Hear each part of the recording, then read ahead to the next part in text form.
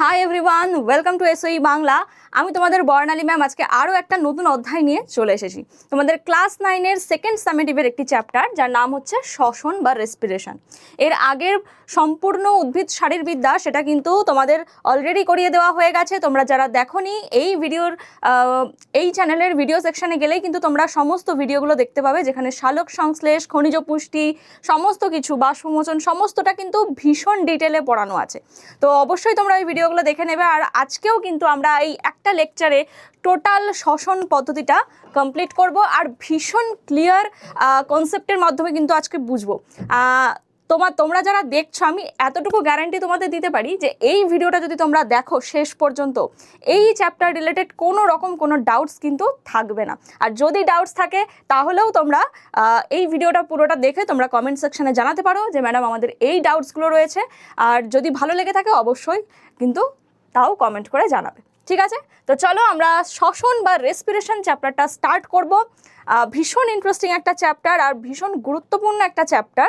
তো কি কি দেখতে চলেছি এর মধ্যে, আমরা কিন্তু আরও বেশ ইন্টারেস্টিং ওয়েতে, আরও 3D মডেলের মাধ্যমে এখানে সমস্ত কনসেপ্টগুলো বুঝবো, ঠিক আছে? চলো তাহলে ফার্স্টে চলে আসছে যে চ্যাপ্টারের নাম কি? শ্বসন, তাই না? তা শ্বসন বলতে আমরা কি বুঝি? আচ্ছা, আমরা শ্বাসকার্য তো জানি। শ্বাসকার্য কি? যে প্রক্রিয়ায় আমরা বাতাস থেকে অক্সিজেন গ্রহণ করছি এবং বাতাসে কার্বন ডাইঅক্সাইড ত্যাগ করছি, এই যে পদ্ধতিটা, এই পদ্ধতিকে বলা হচ্ছে কি? শ্বাসকার্য। আর এই শ্বাসকার্য কেন আমরা করি?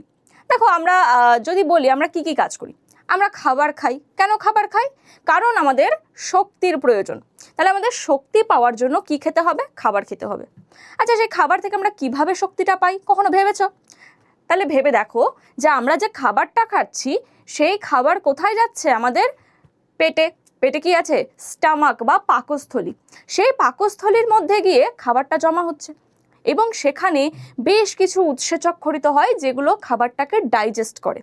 মানে খাবারের যে জটিল কণাগুলো সেগুলোকে ভেঙে সরল সরল কণায় পরিণত করে, ছোট ছোট কণায় পরিণত করে। আর এই খাবারের কণাগুলো কোথায় যাবে? আমাদের মাথা থেকে পা পর্যন্ত যত কোষ রয়েছে সেই সমস্ত কোষে কিন্তু খাবারের কণাগুলো যাবে। কেন? কারণ আমাদের প্রত্যেকটা কোষে কিন্তু শক্তি তৈরি করতে হবে, কারণ প্রত্যেকটা কোষকে আমাদের বাঁচিয়ে রাখতে হবে, তাই না? তাহলে শুধু খাবার গেলেই কি হবে? খাবার কি একা এনার্জি তৈরি করতে পারে? না, তা কিন্তু পারে না। তাহলে কে এনার্জি তৈরি করতে সাহায্য করবে? অক্সিজেন, যেটা আমরা শ্বাসকার্যের মাধ্যমে নিচ্ছি। তাহলে আমরা শ্বাসকার্যের সময় পরিবেশ থেকে কি নিচ্ছি? বাতাসের অক্সিজেন। আর এই অক্সিজেনটা কি করবে? এই অক্সিজেন আমাদের বডিতে যাচ্ছে কার মাধ্যমে? ফুসফুসের মাধ্যমে। তো ফুসফুসের মাধ্যমে এই অক্সিজেনগুলো সারা দেহে রক্তের মাধ্যমে ছড়িয়ে যাবে এবং প্রত্যেকটা কোষে পৌঁছে যাবে। তাহলে আলটিমেটলি দেখো, এখানে ছবিটা দেখো, আলটিমেটলি আমরা এই চ্যাপ্টারটা কেন পড়ছি আগে এটা জানার দরকার, পরে আমরা চ্যাপ্টারে ঢুকছি। তাহলে আমরা কি বললাম? যে আমাদের যে পৌষ্টিক তন্ত্র রয়েছে, এরপরে আমরা পৌষ্টিক তন্ত্র সম্পর্কে পড়ব। দেখো, পৌষ্টিক তন্ত্র আমি আজকে এই দুটোর সাথে একটু রিলেট করছি, কেন আমরা এই দুটো পড়ব। পৌষ্টিক তন্ত্র আর একটা হচ্ছে শ্বসন তন্ত্র। শ্বসন তন্ত্র কেন আমরা এইগুলো সম্পর্কে পড়ব? পৌষ্টিক তন্ত্র মানে যারা খাদ্যের পরিপাক ঘটায়। তার মানে এই যে আমাদের নাক, এখান থেকে এই যে মুখ, এই যে অংশ রয়েছে, তো এইখানে কি রয়েছে? এখানে নাসিকা ছিদ্র রয়েছে, নাসারন্ধ্র যেটাকে আমরা বলি। তাহলে এই নাসারন্ধ্রের সাথে ভেতরে একটা এরকম প্রকোষ্ঠ রয়েছে যেটা কানেক্টেড, ঠিক আছে? আচ্ছা, আবার এদিকে মুখের সাথেও এটা কিন্তু কানেক্টেড। এই যে মুখের যে ছিদ্র, মুখের ছিদ্রের সাথেও এটা কানেক্টেড। এই পর্যন্ত গেল। এই পর্যন্ত যাওয়ার পর দেখা যাবে দুটো আলাদা শাখায় দুটো নালীপথ ভাগ হয়ে যাচ্ছে। একটা নালীপথ এখান থেকে কি তৈরি করছে? একটা নালীপথ এখান থেকে পৌষ্টিক তন্ত্র তৈরি করছে, মানে যেখান দিয়ে খাবার যাবে।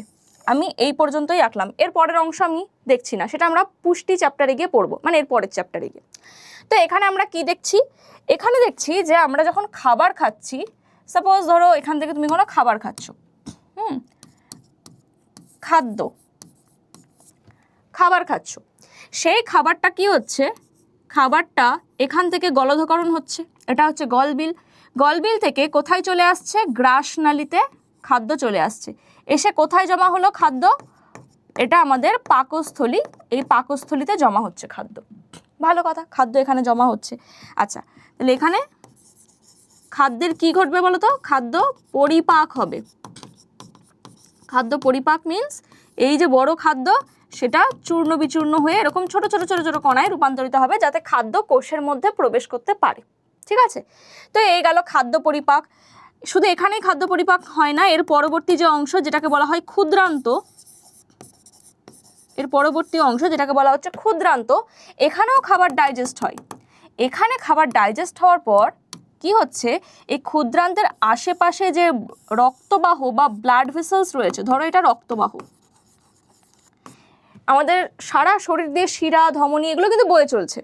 তো এই সব জায়গা দিয়ে ধরো ক্ষুদ্রান্তের পাশ দিয়েও কিছু রক্তবাহ রয়েছে।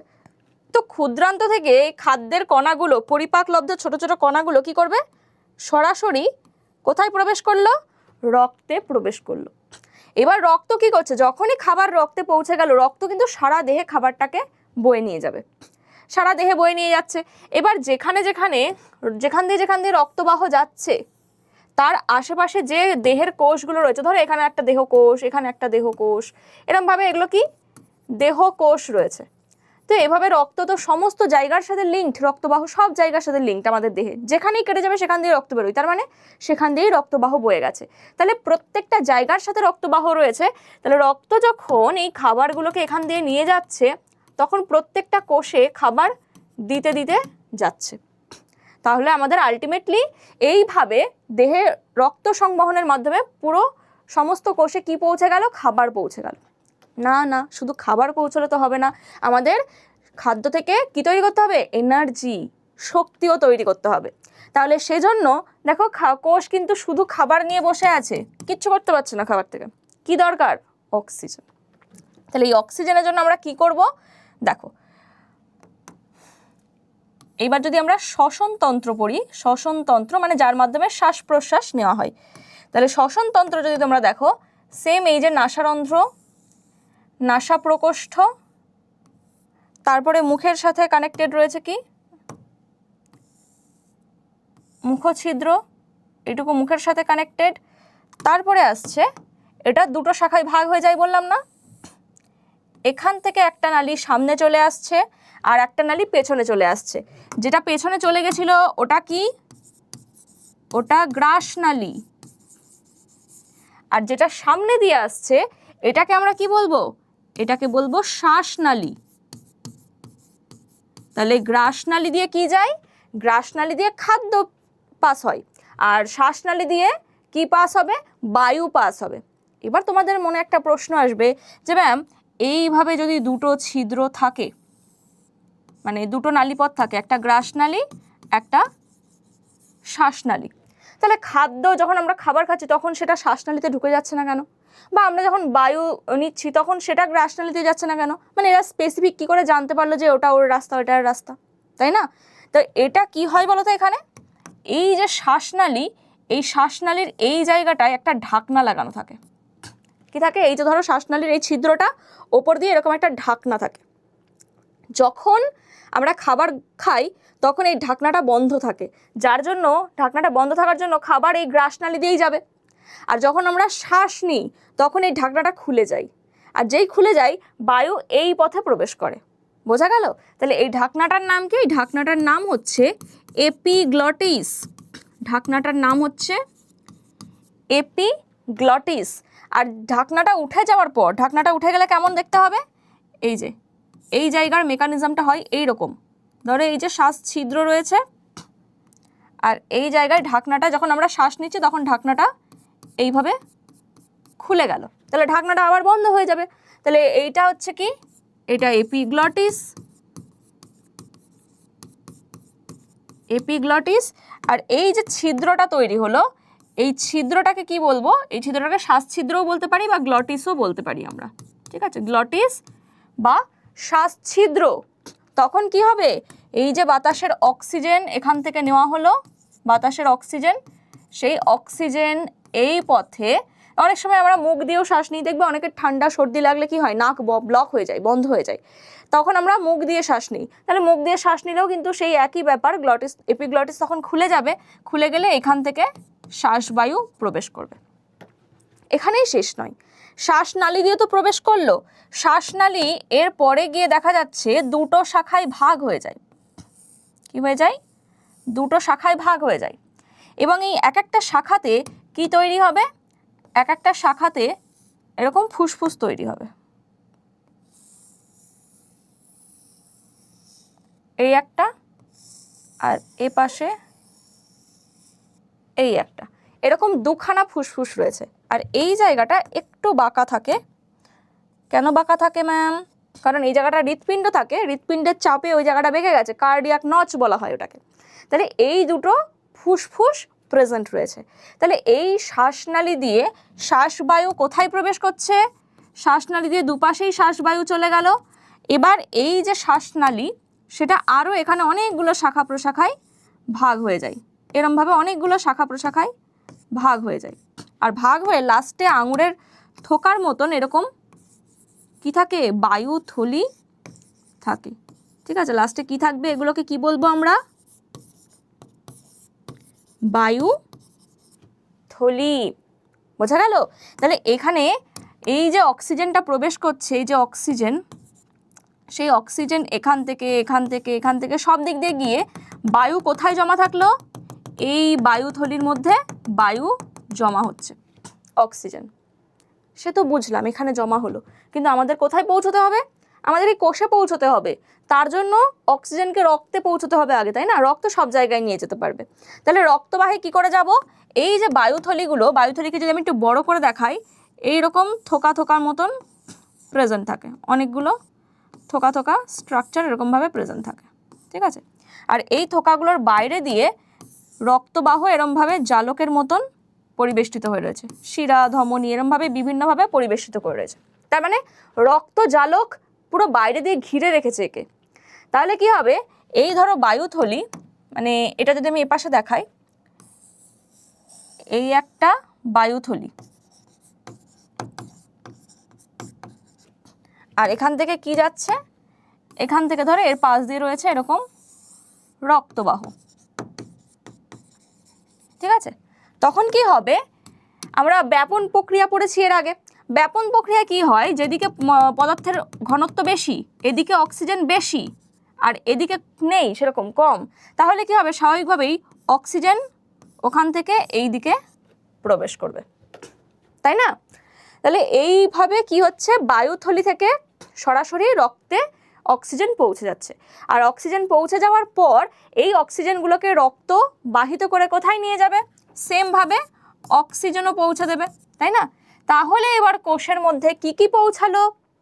আলটিমেটলি বোঝা গেল তো খাদ্য কিভাবে অক্সিজেন এই রক্তের মাধ্যমে কোষে পৌঁছায়, এবং বায়ু কিভাবে রক্তের মাধ্যমে কোষে পৌঁছায়। তাহলে আলটিমেটলি কোষে পৌঁছানোর পর শ্বসন প্রক্রিয়া স্টার্ট হয়। এটা ছিল শ্বাসকার্য, যে প্রক্রিয়ায় অক্সিজেন গ্রহণ আর এই উল্টো পথেই কার্বন ডাইঅক্সাইড ব্যাক হয়। তাহলে এই কার্বন ডাইঅক্সাইডটা কোথায় তৈরি হচ্ছে? কোষের মধ্যে তৈরি হচ্ছে। দেখো, এইবার ধরো এই একটা কোষ, ঠিক আছে, আলটিমেটলি এবার কি হবে? এই এক মিনিট, এই যে কোষ, ঠিক আছে, এই একটা দেহকোষ, আমি দেহকোষটাকে এইখানে দেখাচ্ছি। দেহকোষের মধ্যে কি পৌঁছালো? খাদ্য। খাদ্যকে আমরা কি লিখতে পারি? গ্লুকোজ, মানে C6H12O6। এটা হচ্ছে খাদ্যের সংকেত, সব থেকে সরল খাদ্য যেটার নাম হচ্ছে গ্লুকোজ। আমরা ভাত, রুটি, কার্বোহাইড্রেট এগুলো খেলে কি হয়? এগুলো আমাদের মধ্যে জমা হয়, এই গ্লুকোজ কোষের মধ্যে পৌঁছায়। তাহলে এই গ্লুকোজ পৌঁছেছে, আর কি পৌঁছেছে? অক্সিজেন পৌঁছে গেছে। অক্সিজেন, অক্সিজেন কি করবে? খাবারটাকে এবার জারিত করবে। ঠিক আছে, অক্সিজেন এবার খাবারটাকে জারিত করবে, দিয়ে খাবারটাকে ভেঙে তিনটে জিনিস এখান থেকে তৈরি করবে। কি কি করবে? এক, কার্বন ডাইঅক্সাইড, আর তৈরি করবে জল, আর তৈরি করবে এটিপি। এই এটিপি তো আমাদের দরকার না, এটা এনার্জি। এটিপিকে আমরা কি বলি? এনার্জি। তাহলে এই যে এনার্জি তৈরি হলো, এটা তো আমাদের দরকার ছিল। জলও আমাদের বেশ কিছু জায়গায় দরকার, দেহের ফ্লুইডিটি মেনটেন করার জন্য বা দেহের বিপাকীয় কার্যগুলো মেনটেন করার জন্য। আর এক্সেস যে ওয়াটারটা থাকবে সেটা তো মূত্র হিসাবে নির্গত হয়ে যাবে। কিন্তু আমাদের কার্বন ডাইঅক্সাইড কী দরকার? এটা যে তৈরি হয়ে গেল, এটাকে তাহলে আমাদের দেহ থেকে বের করে দিতে হবে।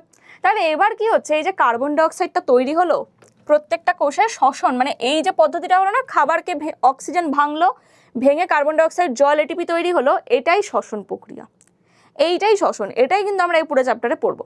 তাহলে ওইখানে কি হলো, শ্বসন প্রক্রিয়া হয়ে যাওয়ার পর আমার অবশিষ্ট বা উপজাত বস্তু হিসেবে তৈরি হলো কার্বন ডাইঅক্সাইড, যেটা আমার দরকার নেই, দেহে থাকলে ক্ষতি হবে, তাহলে এটাকে আমার বের করে দিতে হবে। তখন এই দিকে কার্বন ডাইঅক্সাইড তৈরি হয়েছে, তখন কার্বন ডাইঅক্সাইড কোষগুলো কি করবে, এই রক্তের মধ্যে পাঠিয়ে দেবে। খাদ্য অক্সিজেন ঢুকছে, কার্বন ডাইঅক্সাইড বেরোচ্ছে, কার্বন ডাইঅক্সাইডকে কি করবে, রক্ত বয়ে নিয়ে গিয়ে আবার কার্বন ডাইঅক্সাইডকে কি করবে, বায়ুথলির মধ্যে পাঠিয়ে দেবে। তাহলে অক্সিজেন নিচ্ছে, কার্বন ডাইঅক্সাইড বায়ুথলিতে পাঠিয়ে দিচ্ছে। তার ফলে বায়ুথলি কি করছে, রিভার্স পথে কার্বন ডাইঅক্সাইডকে বের করে দিচ্ছে। ঠিক আছে, কার্বন ডাইঅক্সাইডকে বের করে দিল। বোঝা গেল? তাহলে এইভাবে কিন্তু আমরা বাতাস থেকে অক্সিজেন নিচ্ছি, সেটা আমাদের দেহকোষে গিয়ে খাদ্যকে জারিত করছে, জারিত করে প্রয়োজনীয় শক্তি উৎপন্ন করছে, আর উপজাত বস্তুরূপে যে কার্বন ডাইঅক্সাইড তৈরি হচ্ছে সেটা আবার রিভার্স পথে আমাদের দেহ থেকে বেরিয়ে যাচ্ছে। এই হচ্ছে আমাদের শ্বাসকার্য এবং শ্বসন। তাহলে কেন আমরা পড়ব, বোঝা গেছে, কারণ আমাদের দেহের শক্তি তৈরি করতে গেলে তো এই দুটো মাস্ট। তাহলে আজকে আমরা পুরো শ্বাসতন্ত্র সম্পর্কে ডিটেলে পড়ি, নেক্সট দিন আমরা পুষ্টি চ্যাপ্টার পড়ব, সেখানে আমরা ডিটেলে পৌষ্টিকতন্ত্র সম্পর্কে আরও রিড করব। তো চলো তাহলে এবার আমরা এই শ্বাসতন্ত্র সম্পর্কে বেশ কিছু জিনিস জেনে নিই। তাহলে শ্বসন অঙ্গের কি কি বৈশিষ্ট্য, তাহলে আলটিমেটলি আমরা কি কি পড়লাম, এই যে শ্বসন বা শ্বাসকার্য। তাহলে শ্বাসকার্য মানে হচ্ছে যে প্রক্রিয়ায় জাস্ট কি হচ্ছে, অক্সিজেন গ্রহণ আর কার্বন ডাইঅক্সাইড নির্গমন। ঠিক আছে, অক্সিজেন গ্রহণ আর কার্বন ডাইঅক্সাইড নির্গমন। অক্সিজেন গ্রহণকে আমরা কি বলি, প্রশ্বাস। অক্সিজেন গ্রহণকে কি বলবো, প্রশ্বাস বা ইনহেলেশন।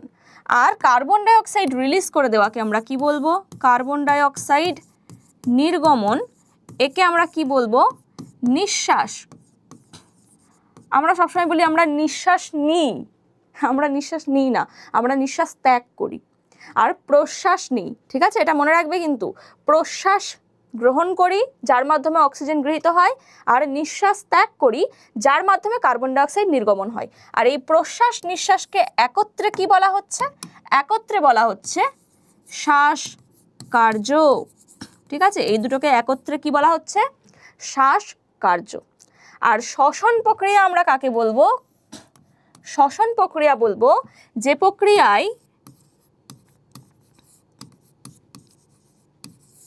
প্রক্রিয়ায় কোষস্থ খাদ্যবস্তু, মানে কোষের মধ্যে থাকা খাদ্যবস্তু, কোষস্থ খাদ্যবস্তু অক্সিজেন দ্বারা জারিত হয়ে, ঠিক আছে, আমরা শ্বাসকার্যের মাধ্যমে যে অক্সিজেন নিচ্ছি, সেই অক্সিজেন দ্বারা জারিত হয়ে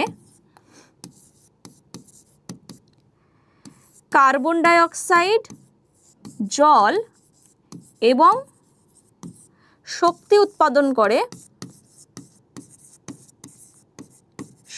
উৎপন্ন করে,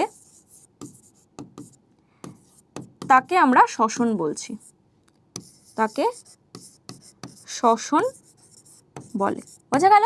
তাহলে কোষস্থ খাদ্যবস্তু মানে গ্লুকোজ, C6H12O6, এটা হচ্ছে কোষস্থ খাদ্যবস্তু, যেটার নাম হচ্ছে কি, গ্লুকোজ। আর এই খাদ্যবস্তুকে কে জারিত করছে, অক্সিজেন। ঠিক আছে, জারিত করার পর কি তৈরি হচ্ছে কার্বন ডাইঅক্সাইড, H2O মানে জল, আর এটিপি মানে হচ্ছে শক্তি। এই এটিপিটা কতটা তৈরি হয়, 686 কিলো ক্যালোরি শক্তি উৎপন্ন হয়। ঠিক আছে, 686 কিলো ক্যালোরি শক্তি উৎপন্ন হয়। এটা হয়ে যাচ্ছে আমাদের শ্বসন। তাহলে শ্বসন আর শ্বাসকার্য কি জিনিস, আই থিঙ্ক তোমাদের প্রত্যেকের কাছে ক্লিয়ার হয়ে গেছে। ঠিক আছে, তাহলে এবার আমরা কি পড়বো, এই যে আমরা দেখো এই শ্বসন বা শ্বাসকার্যে যে সমস্ত অঙ্গগুলো আমাদের হেল্প করে, কোন কোন অঙ্গ হেল্প করলো, এই দেখো নাক হেল্প করছে, তারপরে মুখ হেল্প করছে, নাকের পরে এই যে অংশটা এটাকে বলা হয় কি বলতো, গলবিল বলা হয়। ঠিক আছে, এটা নাকের ছিদ্র। আমি কি আরেকটু ক্লিয়ার করে লিখে দেবো, দেখো আরেকটু ক্লিয়ার করে যদি পুরো শ্বসন তন্ত্রটা তোমাদের দেখিয়ে দিই, দেখো শ্বসন তন্ত্র,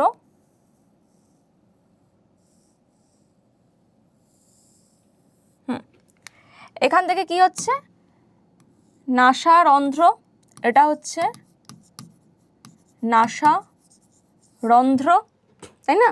এই নাসারন্ধ্রের পরে রয়েছে কি, নাসা প্রকোষ্ঠ, ভেতরে একটা ফাঁকা প্রকোষ্ঠ রয়েছে, এটাকে আমরা বলছি নাসা প্রকোষ্ঠ বা নাসিকা গহ্বর বলা হয়। তারপরে যে ছিদ্রটা রয়েছে, অর্থাৎ এই স্থানে যে ছিদ্রটা, এটাকে বলা হয় অন্তনাসারন্ধ্র, ভেতরের রন্ধ্র, তাই অন্তনাসারন্ধ্র। এটা ছিল বহির্নাসারন্ধ্র, বাইরের দিকে যেটা সেটা বহির্নাসারন্ধ্র, ভেতরের দিকে যেটা সেটা অন্তর্নাসারন্ধ্র। এরপর থেকে যেটা স্টার্ট হচ্ছে, এটাকে বলবো আমরা কি, গলবিল। ঠিক আছে, এরপর থেকে স্টার্ট হচ্ছে গলবিল। এই গলবিল কতগুলোর সাথে কানেক্টেড থাকবে, দেখো মুখের সাথেও কানেক্টেড রয়েছে, আবার এরপরে আরেকটু নেমে আসবে,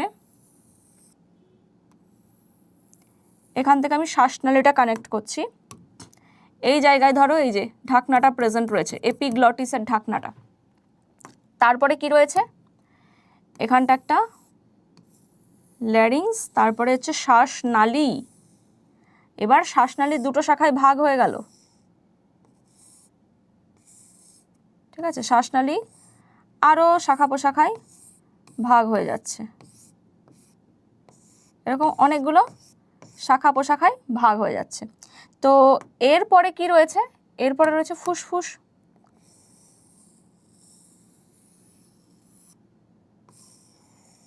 ফুসফুস রয়েছে, ঠিক আছে, ফুসফুস রয়েছে।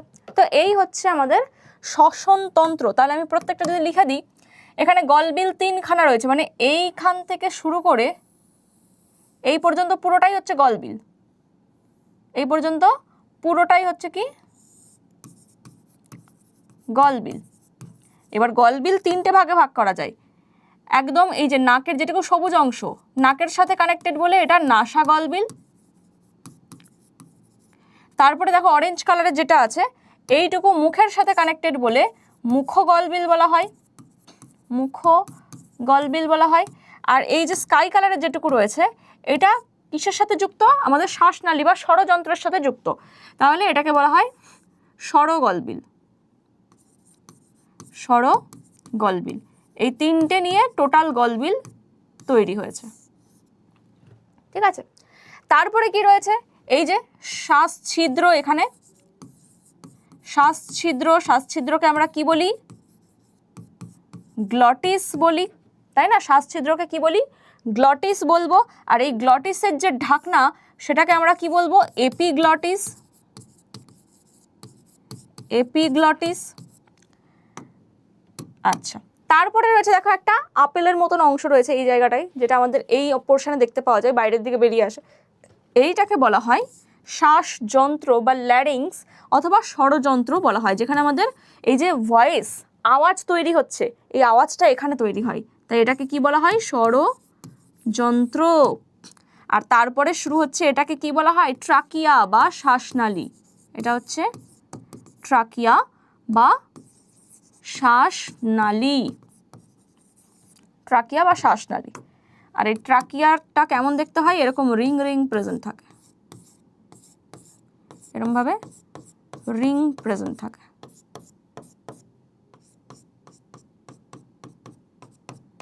এরকম। তারপরে এই যে ট্রাকিয়া দুটো ভাগে ভাগ হয়ে গেল, এগুলোকে বলা হয় ব্রঙ্কাস। ঠিক আছে, এইটাকে বলবো আমরা ব্রঙ্কাস। আর এই ব্রঙ্কাস আরও যে শাখা প্রশাখায় ভাগ হয়ে যাচ্ছে, এগুলোকে বলা হয় ব্রঙ্কিয়ল। ঠিক আছে, ব্রঙ্কিয়ল। আর এই ব্রঙ্কিওলগুলো লাস্টে গিয়ে আঙুরের থোকার মতন যে অংশ তৈরি করে, এরকম আঙুরের থোকার মতন যে অংশ সৃষ্টি করছে, এই থোকাগুলোকে কি বলা হয়? এগুলোকে বলা হচ্ছে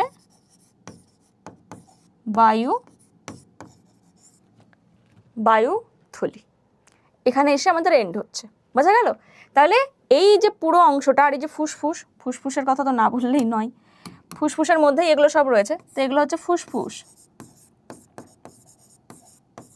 তাহলে আলটিমেটলি আমাদের কি হলো, এই যে পুরো অংশগুলো দেখালাম, কতগুলো অঙ্গ রয়েছে দেখো তো। নাসারন্ধ্র মানে নাক একটা অঙ্গ, তারপরে গলবিল একটা অঙ্গ, তারপরে মুখ একটা অঙ্গ, তারপরে এটা কি বলে ষড়যন্ত্র, শ্বাসনালী বা ট্রাকিয়া, তারপরে ফুসফুস, ব্রঙ্কিয়ল, বায়ুথলি। এতগুলো অঙ্গ কিসে হেল্প করছে? আমাদের শ্বাসকার্যে বা শ্বসনে হেল্প করছে। তাহলে এদেরকে আমরা কি বলবো? শ্বসন তন্ত্র বলবো। কি বলবো? শ্বসন তন্ত্র আমরা বলবো। আর আজকে আমরা তাহলে এই পুরো শ্বসনতন্ত্র সম্পর্কে পড়ব। এই শ্বসনতন্ত্রের মধ্যে কিভাবে শ্বাস প্রশ্বাস প্রক্রিয়া চলে সেটা সম্পর্কে জানবো। আর এই শ্বসনতন্ত্রের কি কি বৈশিষ্ট্য, চলো এবার আমরা দেখে নিই। শ্বসন অঙ্গের বৈশিষ্ট্য মানে যতগুলো অঙ্গ আমরা দেখলাম, ফুসফুস দেখলাম, শ্বাসনালী দেখলাম, গলবিল দেখলাম, এদের কি কি বৈশিষ্ট্য? এদের বৈশিষ্ট্য হচ্ছে এরা অর্ধভেদ্য, আর্দ্র এবং বিস্তৃত। মানে অর্ধভেদ্য মানে কি? যাতে সহজেই কোনো কিছু ভেদ করতে পারে। এই যে অক্সিজেন বা বায়ুটা যাচ্ছে সেটা যেন ভেদ করে পরবর্তী অঙ্গে যেতে পারে, যার জন্য এদের পর্দা কি? অর্ধভেদ্য প্রকৃতির পর্দা। আর এরা বেশ বিস্তৃত থাকে যাতে সহজেই বায়ু পাস করতে পারে ওর মধ্যে দিয়ে। শ্বসন অঙ্গগুলি কিরম থাকে? শ্বসন অঙ্গগুলো প্রচুর রক্তজালক পরিবেষ্টিত থাকে। যেমন আমি বললাম, এই যে ধরো বায়ুথলি রয়েছে, বায়ুথলি এর পাশ দিয়ে কি হবে? রক্তবাহ এরমভাবে বয়ে গেছে। তো প্রত্যেকটা বায়ুথলি বলো, যে কোনো শ্বাসঙ্গ বলো, রক্তজালক চারপাশ থেকে এরকম আঁকড়ে ধরে রয়েছে, যাতে কি হয় ওর মধ্যে থেকে অক্সিজেনগুলো রক্তে চলে আসে, ঠিক আছে, ব্যাপন প্রক্রিয়ায়। ওই জন্য প্রচুর রক্তজালক পরিবেষ্টিত হয়ে থাকে। থার্ড কি বলছে? থার্ড বলছে শ্বসন অঙ্গগুলো সরাসরি শ্বসন মাধ্যমের সংস্পর্শে থাকে। শ্বসন মাধ্যমের সংস্পর্শে থাকে। শ্বসন মাধ্যম কোনটা? নাক, যার মাধ্যমে আমরা বাতাসের শ্বাস নিচ্ছি। তাহলে এর সাথে প্রত্যেকটা অঙ্গগুলো পরপর কানেক্টেড, তাই জন্য বলছে শ্বসন অঙ্গগুলো সরাসরি শ্বসন মাধ্যমের সংস্পর্শে থাকে। আর শ্বসন অঙ্গগুলো একক স্তর বিশিষ্ট পাতলা পর্দাযুক্ত হয়। তাহলে প্রত্যেকটা শ্বসন অঙ্গগুলোর যে আবরণ বা ত্বক সেটা একেবারে এক স্তর বিশিষ্ট আর পাতলা, বোঝা গেল? এগুলো যাচ্ছে যে কোনো শ্বসন অঙ্গের বৈশিষ্ট্য। এবার আমরা দেখে নেব, শুধু তো মানুষের পড়লে হবে না, আরও সমস্ত জীব শ্বাস প্রশ্বাস নেয়। হ্যাঁ, এই চ্যাপ্টারে আমরা বেসিক্যালি মেন পড়বো যে মানুষ সম্পর্কে, কিন্তু আরও কিছু কিছু জীবেদের সম্পর্কেও কিন্তু আমাদের ছোট ছোট ধারণা নিতে হবে। যেমন আমি যদি বলি উদ্ভিদরা শ্বসন করে, অবভিয়াসলি করে। তোমরা যদি বলো যে উদ্ভিদ তো শালক সংশ্লেষ করে, উদ্ভিদ আমরা এর আগের চ্যাপ্টারে ম্যাম পড়েছি যে সারাদিন রোদ্দুরের আলোতে অক্সিজেন কি করে, সবুজ উদ্ভিদ অক্সিজেন ত্যাগ করে আর কার্বন ডাইঅক্সাইড নেয়। তাহলে তো এটা শ্বসনের উল্টো হলো। তাহলে উদ্ভিদ কী করে শ্বসন করছে? উদ্ভিদ কিন্তু শ্বসনও করে। ভালো করে মনে রাখবে যে যতক্ষণ সূর্যের আলো থাকছে ততক্ষণই কিন্তু শালক সংশ্লেষ প্রক্রিয়া হয়, ঠিক আছে? জাস্ট সূর্যের আলোতে কি হচ্ছে? শালক সংশ্লেষ প্রক্রিয়া হচ্ছে, যে প্রক্রিয়ায় সবুজ উদ্ভিদ কী করে? বাতাস থেকে কার্বন ডাইঅক্সাইড নেয় আর ওই কার্বন ডাইঅক্সাইডকে নিজের ত্বকের মধ্যে মানে নিজের মধ্যে অঙ্গীভূত করে এবং সেখান থেকে বিভিন্ন জৈব অ্যাসিড, বিভিন্ন কার্বোহাইড্রেট জাতীয় খাদ্য উৎপাদন করে। আর আলটিমেটলি কি উৎপন্ন করে? অক্সিজেন, যেটা পরিবেশে ছেড়ে দেয়। কিন্তু রাতের বেলা কি করবে উদ্ভিদ? রাতের বেলা তো কোনো কাজ নেই, আর উদ্ভিদ শুধু রান্না করবে মানে এ কি খাবে না? আমাদের বাড়িতে আমাদের মায়েরা রান্না করে বলে তারা কি খাবে না? অবশ্যই খাবে। তাহলে উদ্ভিদকে নিজেকে বেঁচে থাকতে গেলেও নিজেকেও খেতে হবে আর নিজেকেও শক্তি তৈরি করতে হবে। তাহলে শ্বসন তো উদ্ভিদ দেহ হতে হবে। তাহলে দিনের বেলা যতই সে খাবার বানাক না কেন, দিনের বেলাও কিন্তু অল্প বিস্তর শ্বসন হচ্ছে। মানে দিনের বেলাতেও তোমরা যতটা দেখছো যে শালক সংশ্লেষ বেশি হচ্ছে, ধরো 10 অণু অক্সিজেন যদি ছেড়ে দেয় তাহলে 2 অণু অক্সিজেন কিন্তু ওই নিচ্ছে শ্বসনের জন্য, মানে অল্প পরিমাণে, যেটা আমাদের চোখে পড়ছে না। কিন্তু আলটিমেটলি শ্বসন কিন্তু দিন রাত সবসময় চলে, তবে দিনে অল্প, রাতের দিকে বেশি পরিমাণে দেখতে পাওয়া যায়, কারণ রাতের দিকে সালোক সংশ্লেষ হয় না, তখন শুধু দেখা যায় যে না বাতাস থেকে অক্সিজেন নিচ্ছে, কার্বন ডাইঅক্সাইড বাতাসে ত্যাগ করছে, এটা হয়। তাহলে উদ্ভিদ শ্বসন কখন করে? উদ্ভিদ শ্বসন দিবারাত্র করে। সালোক সংশ্লেষ কখন করে? শুধুমাত্র দিনের বেলায় সূর্যালোকের উপস্থিতিতে। এটা মাথায় থাকবে। তাহলে এটা আমি লিখে দিই এখানে, এটা যদি আমি লিখে দিই যে নোট বলে লিখে দিচ্ছি, উদ্ভিদ দিনের বেলা সূর্যালোকের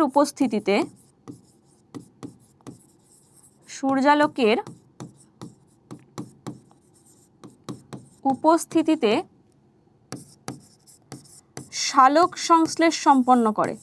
সালোক সংশ্লেষ সম্পন্ন করে। আর শ্বসনের কথা কি বললাম? যে উদ্ভিদ কিন্তু দিবারাত্র শ্বসন প্রক্রিয়া, উদ্ভিদ দিবারাত্র শ্বসন প্রক্রিয়া চালিয়ে যায়। মনে থাকবে? এই নোটটা কিন্তু মনে রাখবে, অনেকেরই এটা নিয়ে কনফিউশন থাকে, ঠিক আছে?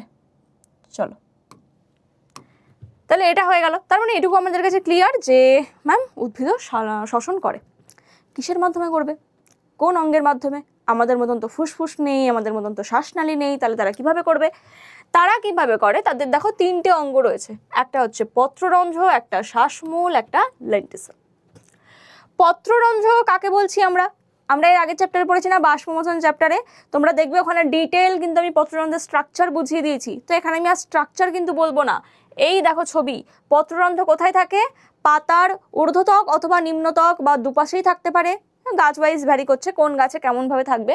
তো ধরো এইটা ঊর্ধ্বত্বক পাতা, এটা পাতা, আমার হাতটা ধরে নাও, পাতা, পাতার এই ওপরের ত্বকে ছোট ছোট ছিদ্র দেখতে পাওয়া যায়, দুটো কোষের মাঝে ছোট ছোট ছিদ্র দেখতে পাওয়া যায়। এই যে এটা একটা কোষ, এটা একটা কোষ, আর এদের মাঝে এই যে ছিদ্রটা, দাঁড়াও কালারটা চেঞ্জ করে নিই, এই যে দুটো কোষের মাঝে এই যে ছিদ্রটা দেখতে পাওয়া যাচ্ছে, এই ছিদ্রটাকে বলা হচ্ছে কি পত্ররন্ধ্র। তো ধরো এখানে একটা পত্ররন্ধ্র, এখানে এখানে এখানে এখানে বিভিন্নভাবে কিন্তু প্রচুর পত্ররন্ধ্র, ঊর্ধ্বত্বক বলো নিম্নত্বক বলো, সেখানে রয়েছে। আর এই ছিদ্রের মাধ্যমে কি করে? ভেতরের যে কোষগুলো, এই কোষ থেকে কি নিচ্ছে? কার্বন ডাইঅক্সাইড নিচ্ছে, দিয়ে কার্বন ডাইঅক্সাইড বাতাসে ত্যাগ করছে। আর সেমভাবে অক্সিজেন, বাতাস থেকে অক্সিজেন এর মাধ্যমে ঢুকছে, দিয়ে অক্সিজেনগুলো বাকি কোষে পাঠিয়ে দিচ্ছে। তাহলে এইভাবে এরাও কিন্তু শ্বাস প্রশ্বাস নেয়। কিসের মাধ্যমে? পত্ররন্ধ্রের মাধ্যমে। ঠিক আছে ম্যাম, বুঝলাম যে পত্ররন্ধ্রের মাধ্যমে কি নিচ্ছে? উদ্ভিদ শ্বাস প্রশ্বাস নিচ্ছে। তাহলে শুধু কি উদ্ভিদের পাতায় শ্বাস প্রশ্বাস চালায়? উদ্ভিদের আরও কিছু অঙ্গ রয়েছে, যেমন লেন্টিসেল, শ্বাসমূল। আচ্ছা, পত্ররন্ধ্র কোথায় উপস্থিত? এটা যদি আমি লিখে দিই, পাতার ঊর্ধ্বত্বক বা অথবা নিম্নত্বক বা উভয়েই উপস্থিত থাকে, উভয়েই উপস্থিত, এর মাধ্যমে শ্বাস প্রশ্বাস নেয়। নেক্সট রয়েছে শ্বাসমূল। শ্বাসমূল কিন্তু সব উদ্ভিদে দেখতে পাওয়া যায় না। যে সমস্ত উদ্ভিদ ম্যানগ্রোভ অরণ্য রয়েছে, মানে লবণাক্ত মাটিতে জন্মায়, লবণাক্ত মাটিতে জন্মায়, তোমরা সুন্দরবনে গেলে দেখতে পাবে, সুন্দরবনে যে সমস্ত সুন্দরী, গরান, গেওয়াই যে সমস্ত গাছগুলো রয়েছে, এর আশেপাশে এরকম মূলগুলো না মাটি ফুঁড়ে ওপরে উঠে রয়েছে। কেন? কারণ ওই লবণাক্ত মাটিতে অক্সিজেনের ঘাটতি রয়েছে, ওরা অক্সিজেন নিতে পারে না, যার জন্য সরাসরি কি করে? বাতাস থেকে অক্সিজেন নেওয়ার জন্য তারা পরিবেশে উঠে আসে। কেমনভাবে উঠে আসে? ধরো এই যে গাছগুলো রয়েছে, এই ধরো গাছ রয়েছে, গাছের যে শেকড়গুলো নিচে এই যে এরকম শাখা তৈরি করে, দিয়ে এরকমভাবে উপরে উঠে আসে।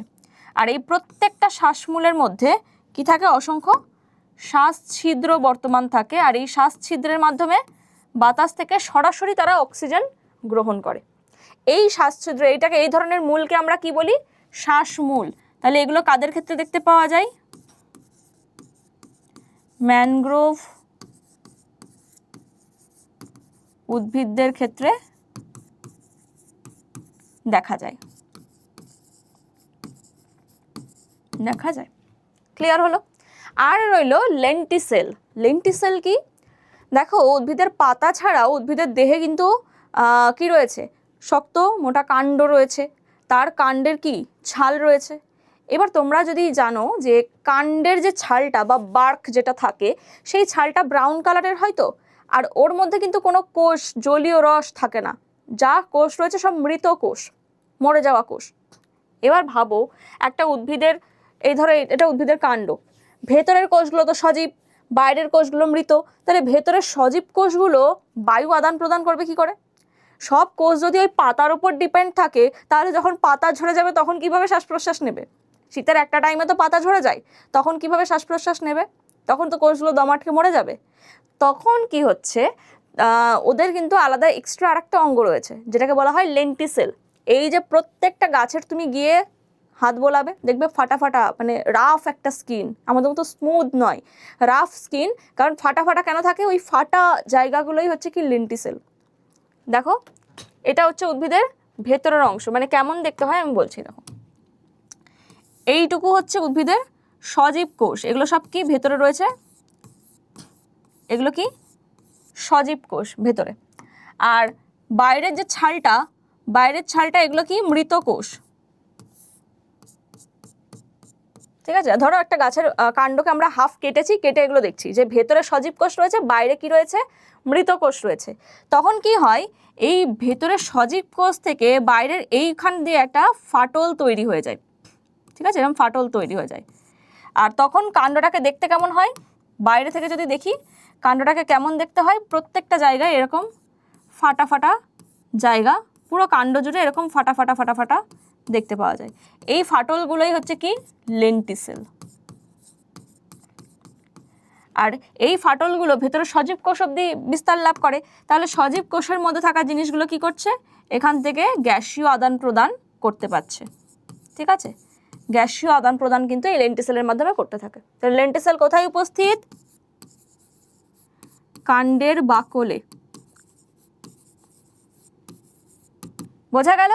তাহলে এই গেল উদ্ভিদের শ্বসন স্থান। উদ্ভিদ কোন কোন জায়গা থেকে শ্বসন করে থাকে বা শ্বাসকার্য করে থাকে? এক পত্ররন্ধ্রের মাধ্যমে, এক হচ্ছে শ্বাসমূলের মাধ্যমে, আর এক হচ্ছে লেন্টিসেলের মাধ্যমে। আর এখানে যেটা বললাম দিবারাত্র শ্বসন প্রক্রিয়া সম্পন্ন হয়, আর শুধু দিনের বেলা সালোক সংশ্লেষ সম্পন্ন হয়। ক্লিয়ার উদ্ভিদের ব্যাপারে? এই চ্যাপ্টারে উদ্ভিদ রিলেটেড আর কিছু নেই, এটা আমাদের ক্লিয়ার হয়ে গেল। এবার আমরা দেখে নিই কয়েকটা প্রাণী সম্পর্কে। কয়েকটা প্রাণী সম্পর্কে আমরা জানবো যে এই সমস্ত প্রাণীগুলো কিভাবে শ্বাস প্রশ্বাস নেয়। দেখো প্রথমেই রয়েছে বেশ কিছু এককোষী প্রাণী, যেমন অ্যামিবা, প্যারামিসিয়াম, হাইড্রা, স্পঞ্জ। এরা কিভাবে শ্বাস প্রশ্বাস নেয়? এরা দেহতলের মাধ্যমে শ্বাসকার্য চালায়, মানে এদের শ্বসনতন্ত্রের নাম কি? দেহতল। তাহলে পুরো দেহ, মানে এদের তো একটাই কোষ, কি করবে বেচারা, একটাই কোষ, আলাদা কোনো অঙ্গ যে তৈরি হবে সেটা সম্ভব না। তো পুরো এই দেহের যতটা সারফেস রয়েছে, পুরো বডির সারফেস দিয়ে এরা কি করে, বায়ু আদান প্রদান করতে পারে। বোঝা গেল? তাহলে এটা দেহতল কাদের ক্ষেত্রে দেখতে পাওয়া যায়? অ্যামিবা, প্যারামিসিয়াম,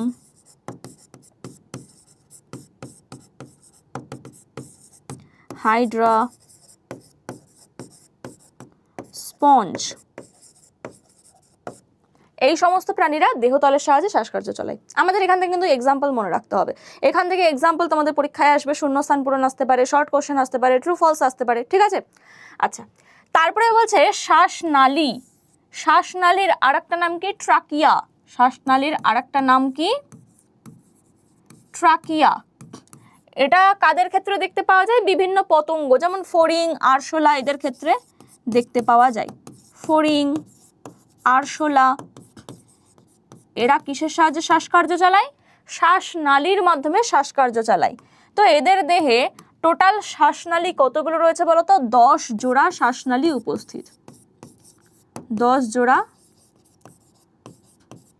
শ্বাস ছিদ্র লিখি, 10 জোড়া শ্বাস ছিদ্র রয়েছে। অ্যাকচুয়ালি কিভাবে থাকে বলো তো এগুলো?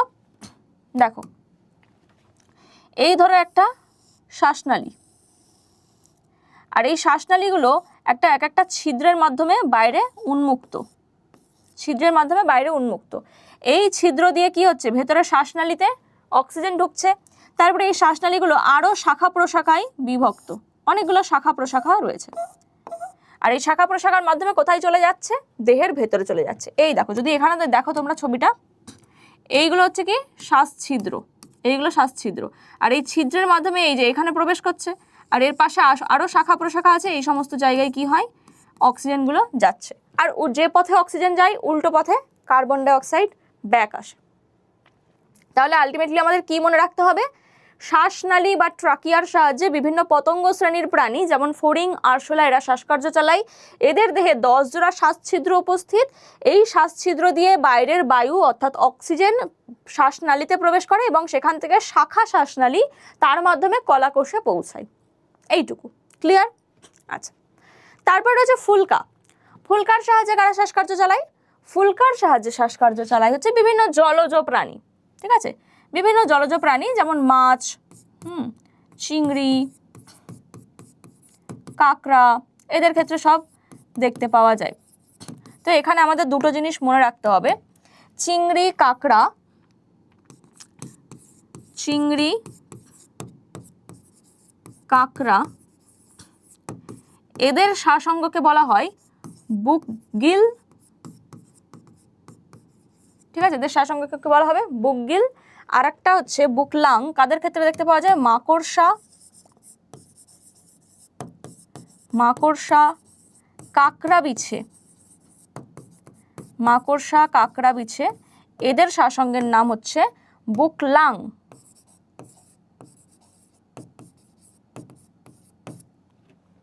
ঠিক আছে, বুকলাং আর বুকগিল এদের ক্ষেত্রে কিন্তু দেখতে পাওয়া যায়। এদের শ্বাসঅঙ্গের নাম হচ্ছে এই। ঠিক আছে, তারপরে দেখো অতিরিক্ত শ্বাসযন্ত্র। অতিরিক্ত শ্বাসযন্ত্র কাদের ক্ষেত্রে দেখতে পাওয়া যায়? অতিরিক্ত শ্বাসযন্ত্র দেখতে পাওয়া যায় আরও বেশ কিছু জলজ প্রাণী রয়েছে, যেমন জিওল মাছেদের ক্ষেত্রে দেখতে পাওয়া যায়, কই, শিঙি, মাগুর এদের ক্ষেত্রে। তো এদের ক্ষেত্রে কি রয়েছে? ফুলকা ছাড়াও অতিরিক্ত একটা প্যাঁচানো নালী সদৃশ অংশ রয়েছে যেটাকে বলা হয় অতিরিক্ত শ্বাসযন্ত্র। আর এই অতিরিক্ত শ্বাসযন্ত্র বিভিন্ন রকমের হয়ে থাকে। আচ্ছা, আমি আগে এখানে লিখে দিই কিছু। জিওল মাছেদের ক্ষেত্রে এটা দেখতে পাওয়া যায়। আচ্ছা, এবার এদের শ্বাসনালীগুলো মানে এই অতিরিক্ত শ্বাসযন্ত্রগুলো কোনো কোনো ক্ষেত্রে না এরকম ফুলের মতনভাবে বিস্তার লাভ করে, ফুলের মতন থাকে। যদি ফুলের মতন থাকে সেটাকে বলা হয় শ্বাসপুষ্প।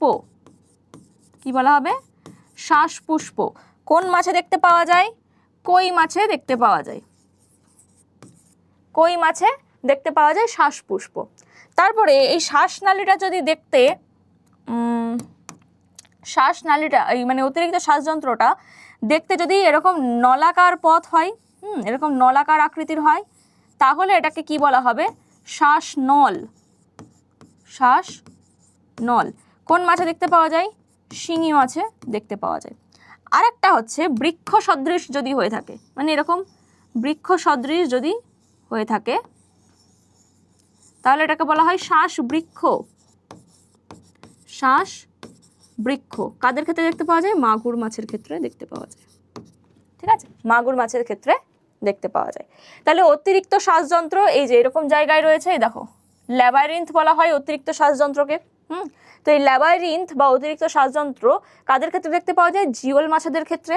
এবার কই, শিঙি, মাগুর এগুলোর এক্সাম্পল। তো কই মাছের শ্বাসপুষ্পের মতন বা ফুলের মতন দেখতে, তাই শ্বাসপুষ্প। শিঙি মাছের ক্ষেত্রে এটা শ্বাস নলাকার আকৃতি বিশিষ্ট, তাই শ্বাসনল।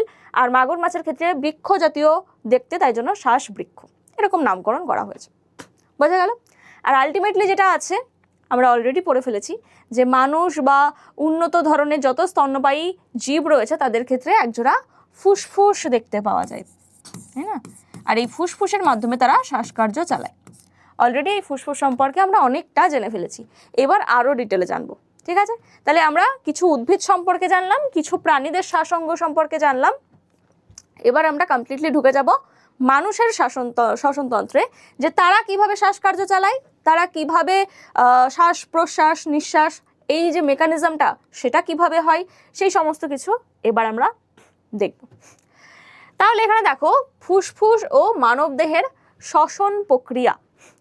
ফুসফুস ও মানবদেহের শ্বসন প্রক্রিয়া, আচ্ছা এটা দেখার আগে আমরা ফুসফুসের যে স্ট্রাকচার সেটা কিন্তু আগে আমাদের ভালো করে জানতে হবে যে একটা ফুসফুস কি কি গঠন নিয়ে তৈরি হয়েছে।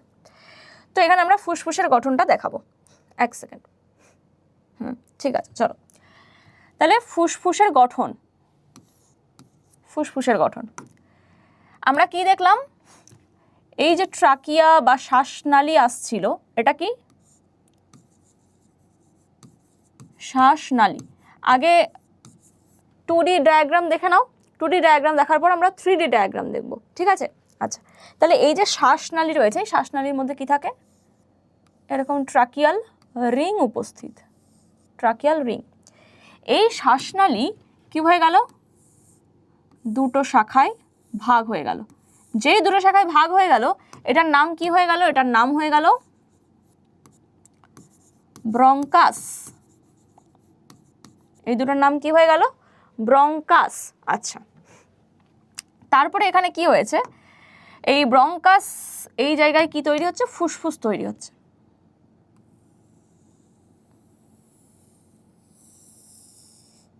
একটু বড় করে আঁকি।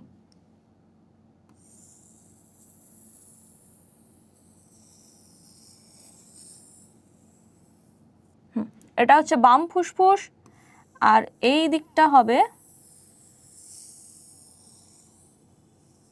ডান ফুসফুস। দেখো কোনটা বড়, ডান ফুসফুসটা কিন্তু আকারে বড়, তাহলে এটা হয়ে যাচ্ছে কি ডান ফুসফুস, আর এটা বাম বাম ফুসফুস, ঠিক আছে। আচ্ছা, তাহলে এই যে এই জায়গাটায় কি থাকে বলো তো, এই জায়গাটায় থাকে হার্ট বা আমাদের হৃৎপিণ্ড। এখানটা দেখাই, আমাদের কি রয়েছে, হৃৎপিণ্ড। হৃৎপিণ্ড এখানে প্রেজেন্ট থাকে, হৃৎপিণ্ড প্রেজেন্ট থাকে, যার জন্য এই জায়গাটা কিন্তু এই যে নচ তৈরি হয়েছে, এটা হচ্ছে আমাদের হৃৎপিণ্ড। তাহলে এই যে নচ বা গোল অংশটা রয়েছে, এটাকে কি বলা হয়, এই যে অংশটা কার্ডিয়াক নচ বলা হয়। এটাকে কি বলবো, কার্ডিয়াক নচ বা খাজ, ঠিক আছে। হৃৎপিণ্ড থাকার জন্য বাম ফুসফুসটাই এইরকম খাজ দেখতে পাওয়া যায়, কার্ডিয়াক নচ বলা হয়, ঠিক আছে। এই যে দুটো ফুসফুস রয়েছে, ফার্স্টে আসি ফুসফুসের আবরণ কি কি নিয়ে তৈরি। ফুসফুসের যে আবরণ রয়েছে, ফুসফুসের আবরণকে কি বলা হয়, প্লুরা বলা হয়। ফুসফুসের আবরণকে কি বলা হয়, প্লুরা বলা হয়। তো এই প্লুরার কটা স্তর রয়েছে, প্লুরা ধরো এইটা পুরোটা হচ্ছে প্লুরা, এটা কি পুরোটা প্লুরা। প্লুরার ভেতরে একটা স্তর থাকে, প্লুরার ভেতরে একটা স্তর রয়েছে যেটাকে বলা হয় ভিসেরাল প্লুরা বা ভিসেরাল স্তর। তারপরে থাকছে কি, তারপরে একটা তরল সদৃশ অংশ রয়েছে, তারপরে রয়েছে বাইরের বহিস্তরটা, মানে এইটা।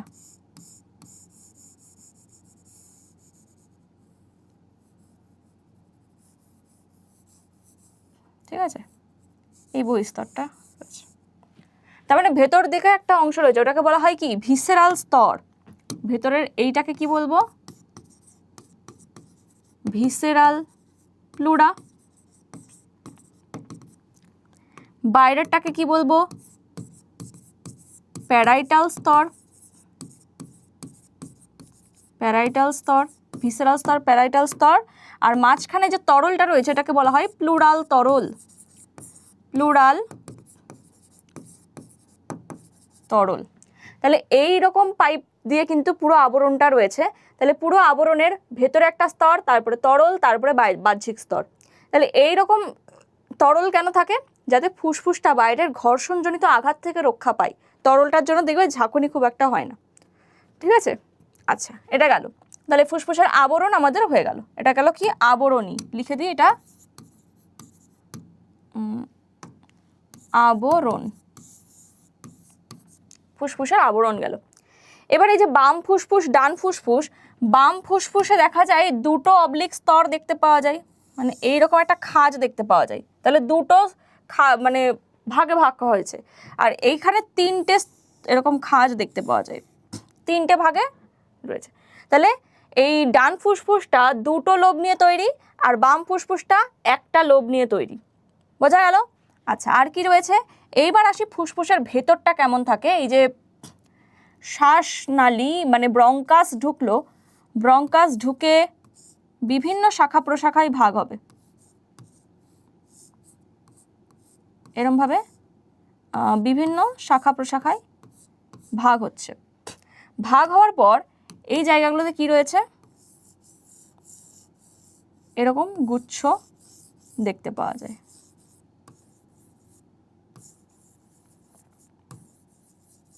এই গুচ্ছগুলোকে আমরা কি বলবো, এই গুচ্ছগুলোকে বলবো আমরা অ্যালভিওলাই বা বায়ুথলি, অ্যালভিওলাই বা বায়ুথলি, ঠিক আছে। তো এই দিকেও ধরো এরকম অ্যালভিওলাই রয়েছে, আমি এই দিকটা দেখাই, এইখানটা দেখাচ্ছি। তো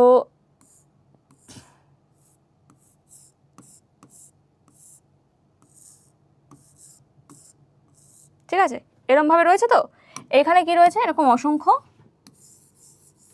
বায়ুথলি প্রেজেন্ট রয়েছে, বায়ুথলি রয়েছে। আর এই বায়ুথলির বাইরে দিয়ে কি রয়েছে, রক্তজালক, এইভাবে কিন্তু এদেরকে আষ্টে পৃষ্ঠে রয়েছে একেবারে রক্তজালক, শিরাও রয়েছে, ধমনীও রয়েছে, এগুলো হচ্ছে কি রক্তজালক।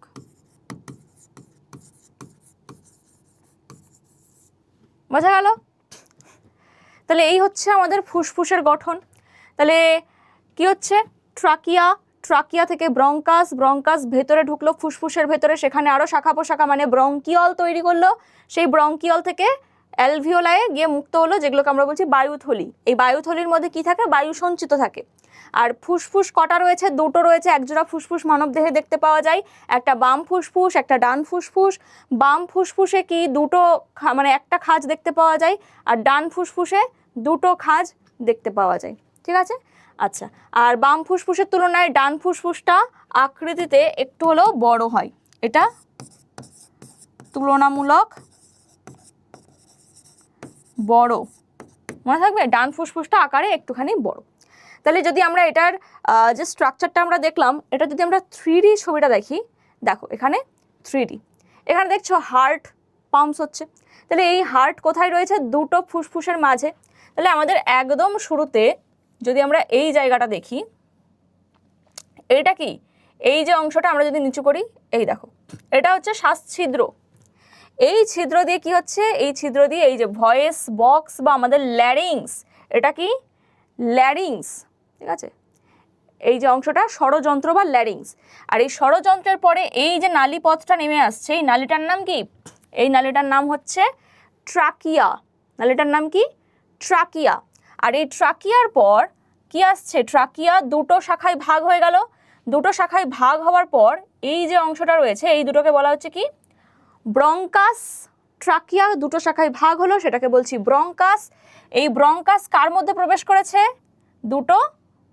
দুটো ফুসফুসের মধ্যে প্রবেশ করেছে, ঠিক আছে। ফুসফুসের মধ্যে প্রবেশ করে প্রচুর শাখা প্রশাখা তৈরি করেছে, ভালো কথা।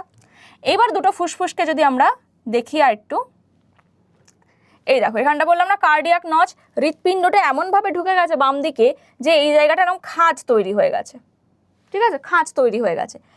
এইবার এই দুটো ফুসফুসের নিচে যেটা দেখছো না, এই যে অংশটা, এই অংশটা কি বলতো, এই অংশটা হচ্ছে ডায়াফ্রাম বা মধ্যচ্ছদা। এই নিচের অংশটাকে কি বলা হয়, ডায়াফ্রাম বা মধ্যচ্ছদা, মনে থাকবে।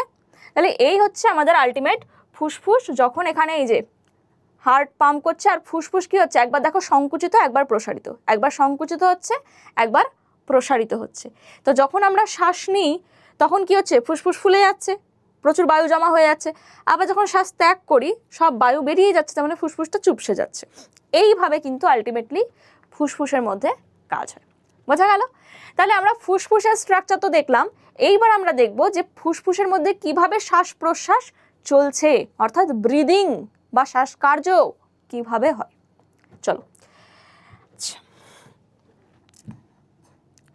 আচ্ছা তাহলে এবার আমরা দেখে নিই যে শ্বাস পেশি কি জিনিস। ওই যে ডায়াফ্রাম দেখালাম না, দেখো ফুসফুসের নিচে এই যে একটা মাংসপেশির মতন অংশ ছিল, এইটাকে বলা হচ্ছে মধ্যচ্ছদা বা ডায়াফ্রাম। তো আমাদের শ্বাসকার্যে সাহায্যকারী দু ধরনের পেশি রয়েছে, দু ধরনের পেশি রয়েছে। কি কি, একটা হচ্ছে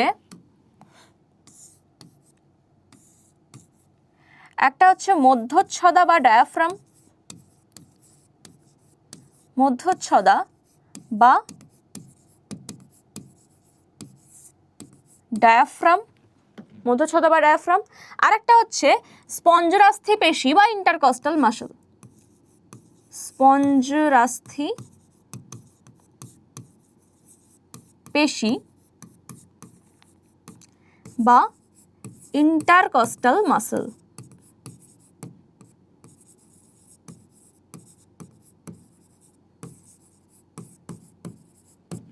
কোথায় থাকে এই পেশি দুটো? এই মধ্যচ্ছদা বা ডায়াফ্রাম কোথায় রয়েছে? এই যে একজোড়া ফুসফুস রয়েছে, এই যে ফুসফুসটা রয়েছে, ফুসফুসের ঠিক এই জায়গাটায় কি রয়েছে, এরম ভাবে ডায়াফ্রামটা প্রেজেন্ট রয়েছে। ঠিক আছে, তাহলে এই যে অংশটা তো আমরা দেখতে পাচ্ছি, এইটা পুরোটা কি ডায়াফ্রাম। আর এটা কিন্তু শ্বাস প্রশ্বাসে হেল্প করে। আমরা এরপরে মেকানিজমটা যখন দেখব যে মেকানিজমে এই জিনিসটা কিন্তু ওঠানামা করছে, যার সাথে ফুসফুসে শ্বাস বায়ু প্রবেশ করা নির্গত হওয়া এই সব কিছু ডিপেন্ড হচ্ছে। তাহলে এটাও কিন্তু এর অংশ। ঠিক আছে, তাহলে এইটাকে বলছি আমরা ডায়াফ্রাম। ডায়াফ্রাম, তাহলে এটা একটা মাংসপেশি, তাই জন্য এটাকে পেশি বলা হচ্ছে, শ্বাস পেশি। শ্বাস প্রশ্বাসে হেল্প করছে, তাই শ্বাস পেশি। আরেকটা হচ্ছে স্পঞ্জরাস্থি পেশি। কোথায় থাকে স্পঞ্জরাস্থি পেশি? আমাদের যে বুকের খাঁচা বা যেগুলো রিবস রয়েছে, বুকের খাঁচা কেমন থাকে, এইরকম, তারপরে এইভাবে পরপর বুকের খাঁচাগুলো রয়েছে, তো মাঝখানে তো স্টারনাম থাকে। তোমরা যদিও এতটা হয়তো সমস্ত হাড়গুলোর নাম জানো না। স্টারনাম আর পেছনে মেরুদণ্ডের সাথে কি হচ্ছে, প্রত্যেকটা বুকের খাঁচা এরকম 12 জোড়া খাঁচা পরপর রয়েছে। আমি এই অবধি দেখালাম। তো এই বুকের খাঁচার মাঝখানে যে পেশিগুলো বর্তমান থাকে, মানে এই জায়গায় যে পেশিগুলো রয়েছে, এই জায়গায় এই বুকের দুটো খাঁচা কি কিছু মাংসপেশি দ্বারা কিন্তু যুক্ত। তাহলে এইগুলোকে বলা হচ্ছে স্পঞ্জরাস্থি পেশি বা ইন্টারকস্টাল মাসল। তাহলে এই প্রত্যেকটা জায়গায় কি রয়েছে, এরকম পেশি কিন্তু রয়েছে। এই পেশিগুলো যখন কোঁচকাবে, সংকুচিত হবে, তখন বুকের খাঁচাটা এরকম কুচকে যাবে। ধরো এই বুকের খাঁচা, এই যে 4টে জিনিস, 5টা, ধরো এইভাবে খাঁচাগুলো রয়েছে, গোল হয়ে রয়েছে, ভালো কথা। এবার এর মাঝখানের মাসলটা যদি চাপ পড়ে, তাহলে এই কাছাকাছি চলে আসবে। এর মাসলটাই যদি সংকুচিত হয়, কাছাকাছি চলে আসবে। তাহলে যখন এইরকম রয়েছে, যখন সংকুচিত হবে এরকম উত্তোলিত হয়ে যাবে, আবার যখন প্রসারিত হবে আবার এরকম হয়ে যাবে। তাহলে যখন বুকের খাঁচাটা উঠে যাচ্ছে, তখন ফুসফুস ভেতরে রয়েছে, ফুসফুস স্পেস পেয়ে যাচ্ছে, জায়গা পেয়ে যাচ্ছে, তখন ফুসফুসটা ফুলে যাচ্ছে। তো এই মাসলগুলোও কিন্তু সংকোচন প্রসারণের মাধ্যমে শ্বাস প্রশ্বাসে হেল্প করে, তাই এদেরকেও বলা হচ্ছে শ্বাসপেশি। তাহলে আমরা এই 2 ধরনের পেশি দেখলাম যারা আমাদের শ্বাসকার্যে সাহায্য করে। বোঝা গেল? আমরা এর কাজগুলো দেখব কিভাবে কাজ করছে। তাহলে এই শ্বাসপেশিগুলো আমাদের কি কাজে সাহায্য করে? ব্রিদিংয়ে সাহায্য করে। ব্রিদিং মানে হচ্ছে আমাদের শ্বাস প্রশ্বাস নেওয়া, মানে প্রশ্বাস আর নিঃশ্বাস, অর্থাৎ শ্বাস গ্রহণ এবং শ্বাস ত্যাগ, এই দুটোকে একত্রে আমরা কি বলি? শ্বসন কৌশল বা শ্বাসকার্য বা ব্রিদিং। তাহলে ব্রিদিং কিভাবে হচ্ছে, এখানে ছবিটা দেখো। ব্রিদিং ইন মানে যখন অক্সিজেন নিচ্ছি, অক্সিজেন যখন প্রবেশ করছে তখন কি হয়, অক্সিজেন এখান দিয়ে যাচ্ছে, এখান থেকে এসে প্রত্যেকটা অ্যালভিওলাইতে অক্সিজেন জমা হচ্ছে। তাহলে বাতাস ভেতরে পূর্ণ হলে ফুসফুস সাইজে বড় হয়ে যাবে। তো মনে রাখবে, এই যে ফুসফুসটা রয়েছে না, দেখো বাইরে থেকে পুরোটা কিন্তু আটকানো, মানে ফুসফুস মানে এমন একটা ঘরে থাকে যার কোনো জানালা নেই, মানে ফুসফুসটাকে চারপাশ থেকে ঘিরে রেখেছে। পেছনে আমাদের রয়েছে মেরুদণ্ড, মেরুদণ্ড থেকে এই বুকের যে খাঁচাটা একদম সামনে এসে এরকম জুড়ে যাচ্ছে। তাহলে পুরো একটা খাঁচা একে ঘিরে রেখেছে, কারণ খাঁচাগুলোর বাইরে দিয়েও তো মানে পেশি, খাঁচার তো জানলা নেই, পেশি দিয়ে ঢাকনা আটকানো। তাহলে এইভাবে পুরো একটা বদ্ধ পরিবেশের ভেতরে ফুসফুস থাকে। তাহলে নিচে রয়েছে মধ্যচ্ছদা, ওপরে পুরোটা ঢাকা রয়েছে কি দিয়ে? বুকের খাঁচা দিয়ে। তাহলে এই ফুসফুসকে স্পেস পেতে গেলে বুকের খাঁচাটাকে তুলতে হবে, তাই না? আবার ফুসফুস নেমে গেলে বুকের খাঁচাটা নামবে। দেখবে আমরা এখন শ্বাস নিলাম, বুকের খাঁচা উত্তোলিত হলো, আবার যখন শ্বাস ছাড়ছি এটা বুকের খাঁচাটা নেমে যাচ্ছে, এটা কিন্তু আমরা নিজেরাও বুঝতে পারছি, এটাই এখানে আমরা পড়বো। তো এই যে অক্সিজেন নিলাম তখন ফুসফুস বড় হচ্ছে, আর তখন কি হয়, এই যে আমাদের ডায়াফ্রাম রয়েছে না, এই ডায়াফ্রাম কি হয়, সংকুচিত হয়ে নিচের দিকে নেমে যায়। কি হচ্ছে, সংকুচিত হয়ে নিচে নেমে যাবে। আর যেই নিচে নেমে যাবে সাথে সাথে এর বাইরে যে ইন্টারকস্টাল মাসলগুলো ছিল, এর মাঝে যে ইন্টারকস্টাল মাসলগুলো ছিল, এরাও সংকুচিত হয়ে যাবে। এরা যেই সংকুচিত হয় বুকের খাঁচাটা এরকম উঠে যায় আর এ নিচে নেমে যায়, তার ফলে ভেতরে স্পেস বেড়ে যাচ্ছে। ভেতরে যে স্পেস বেড়ে যাচ্ছে ফুসফুসগুলো ফুলে উঠছে, কারণ তার মধ্যে বায়ু পূর্ণ হয়ে গেছে।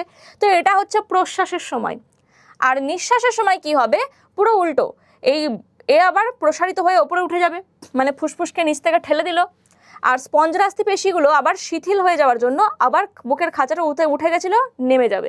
নেমে গেলে ফুসফুসের উপর একটা চাপ প্রয়োগ হলো, সেই চাপের দরুন এর ভেতরে থাকা যে কার্বন ডাইঅক্সাইড সেটা বাইরে বেরিয়ে যায়। এইভাবে ব্রিদিং ইন আর ব্রিদিং আউট এটা কিন্তু হয়ে থাকে। চলো আমরা এটা একটু ডায়াগ্রাম 3D মডেলের মাধ্যমে আমরা দেখি।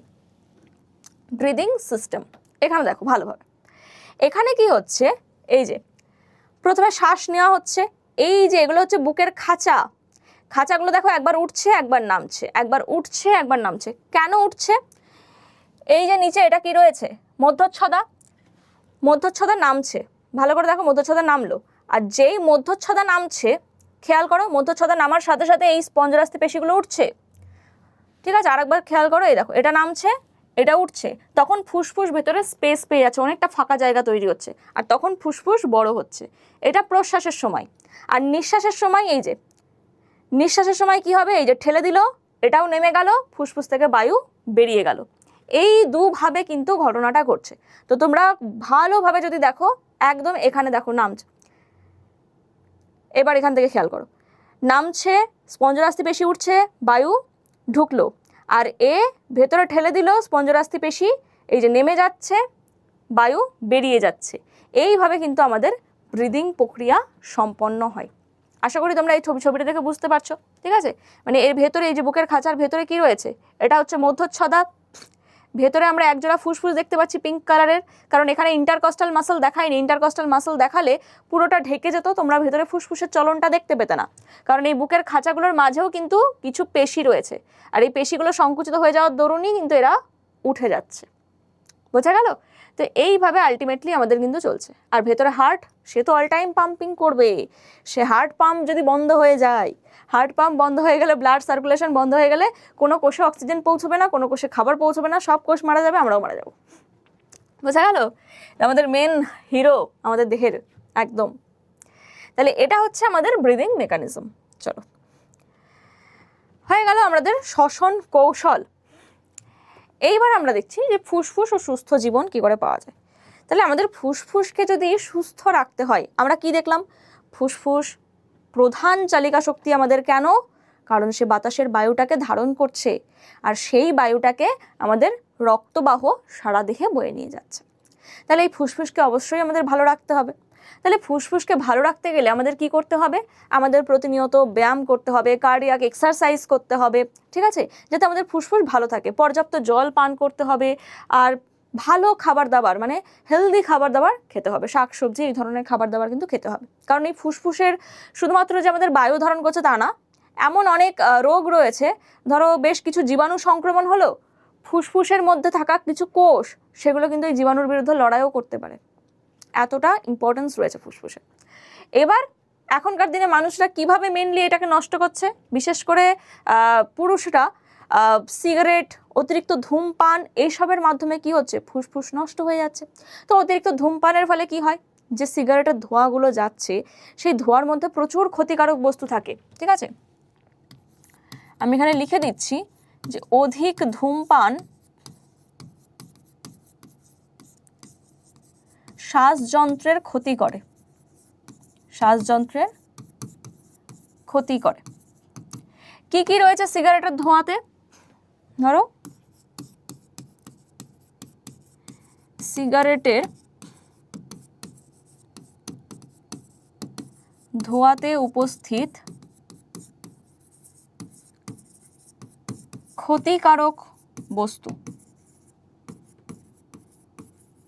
ক্ষতিকারক পদার্থ কি কি? কার্বন ডাইঅক্সাইড,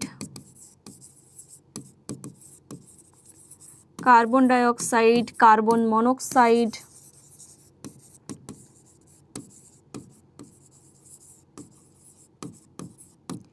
বেঞ্জোপাইরিন,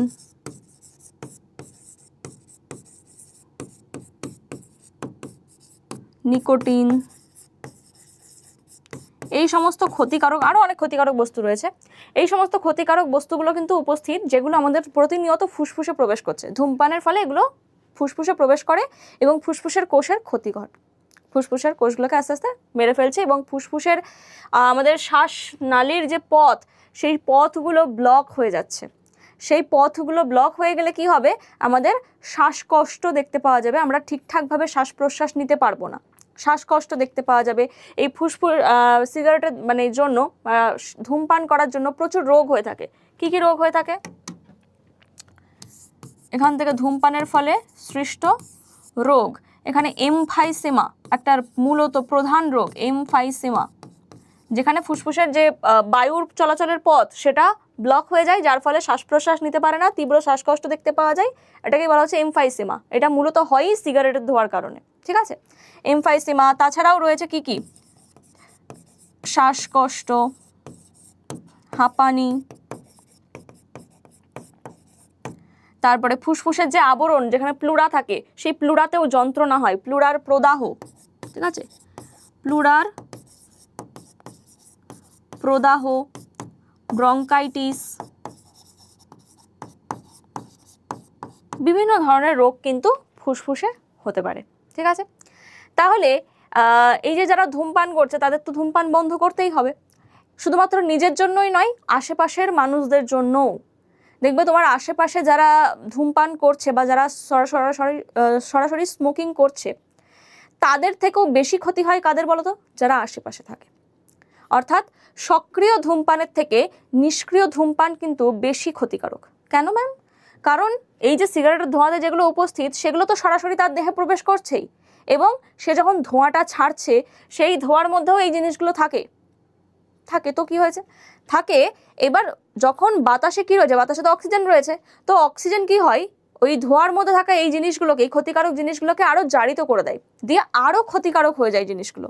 মানে সরাসরি যে সিগারেট খাচ্ছে তার মধ্যে তো এগুলো সরাসরি গেল, আর বাতাসের মাধ্যমে ধোঁয়াটা যাদের মাধ্যমে পৌঁছচ্ছে, তাহলে বাতাসের অক্সিজেন এই ক্ষতিকারক বস্তুগুলোকে জারিত করে আরও বিষাক্ত পদার্থ পরিণত করে, যেই ধোঁয়াটা যদি আমরা নিই বা যারা নিষ্ক্রিয়ভাবে এই ধোঁয়াটা গ্রহণ করছে তাদের দেহে আরও বেশি পরিমাণ ক্ষতি হচ্ছে, ঠিক আছে?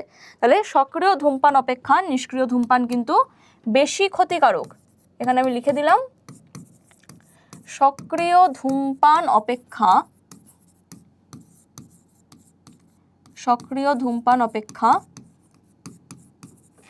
নিষ্ক্রিয় ধূমপান বেশি ক্ষতিকারক।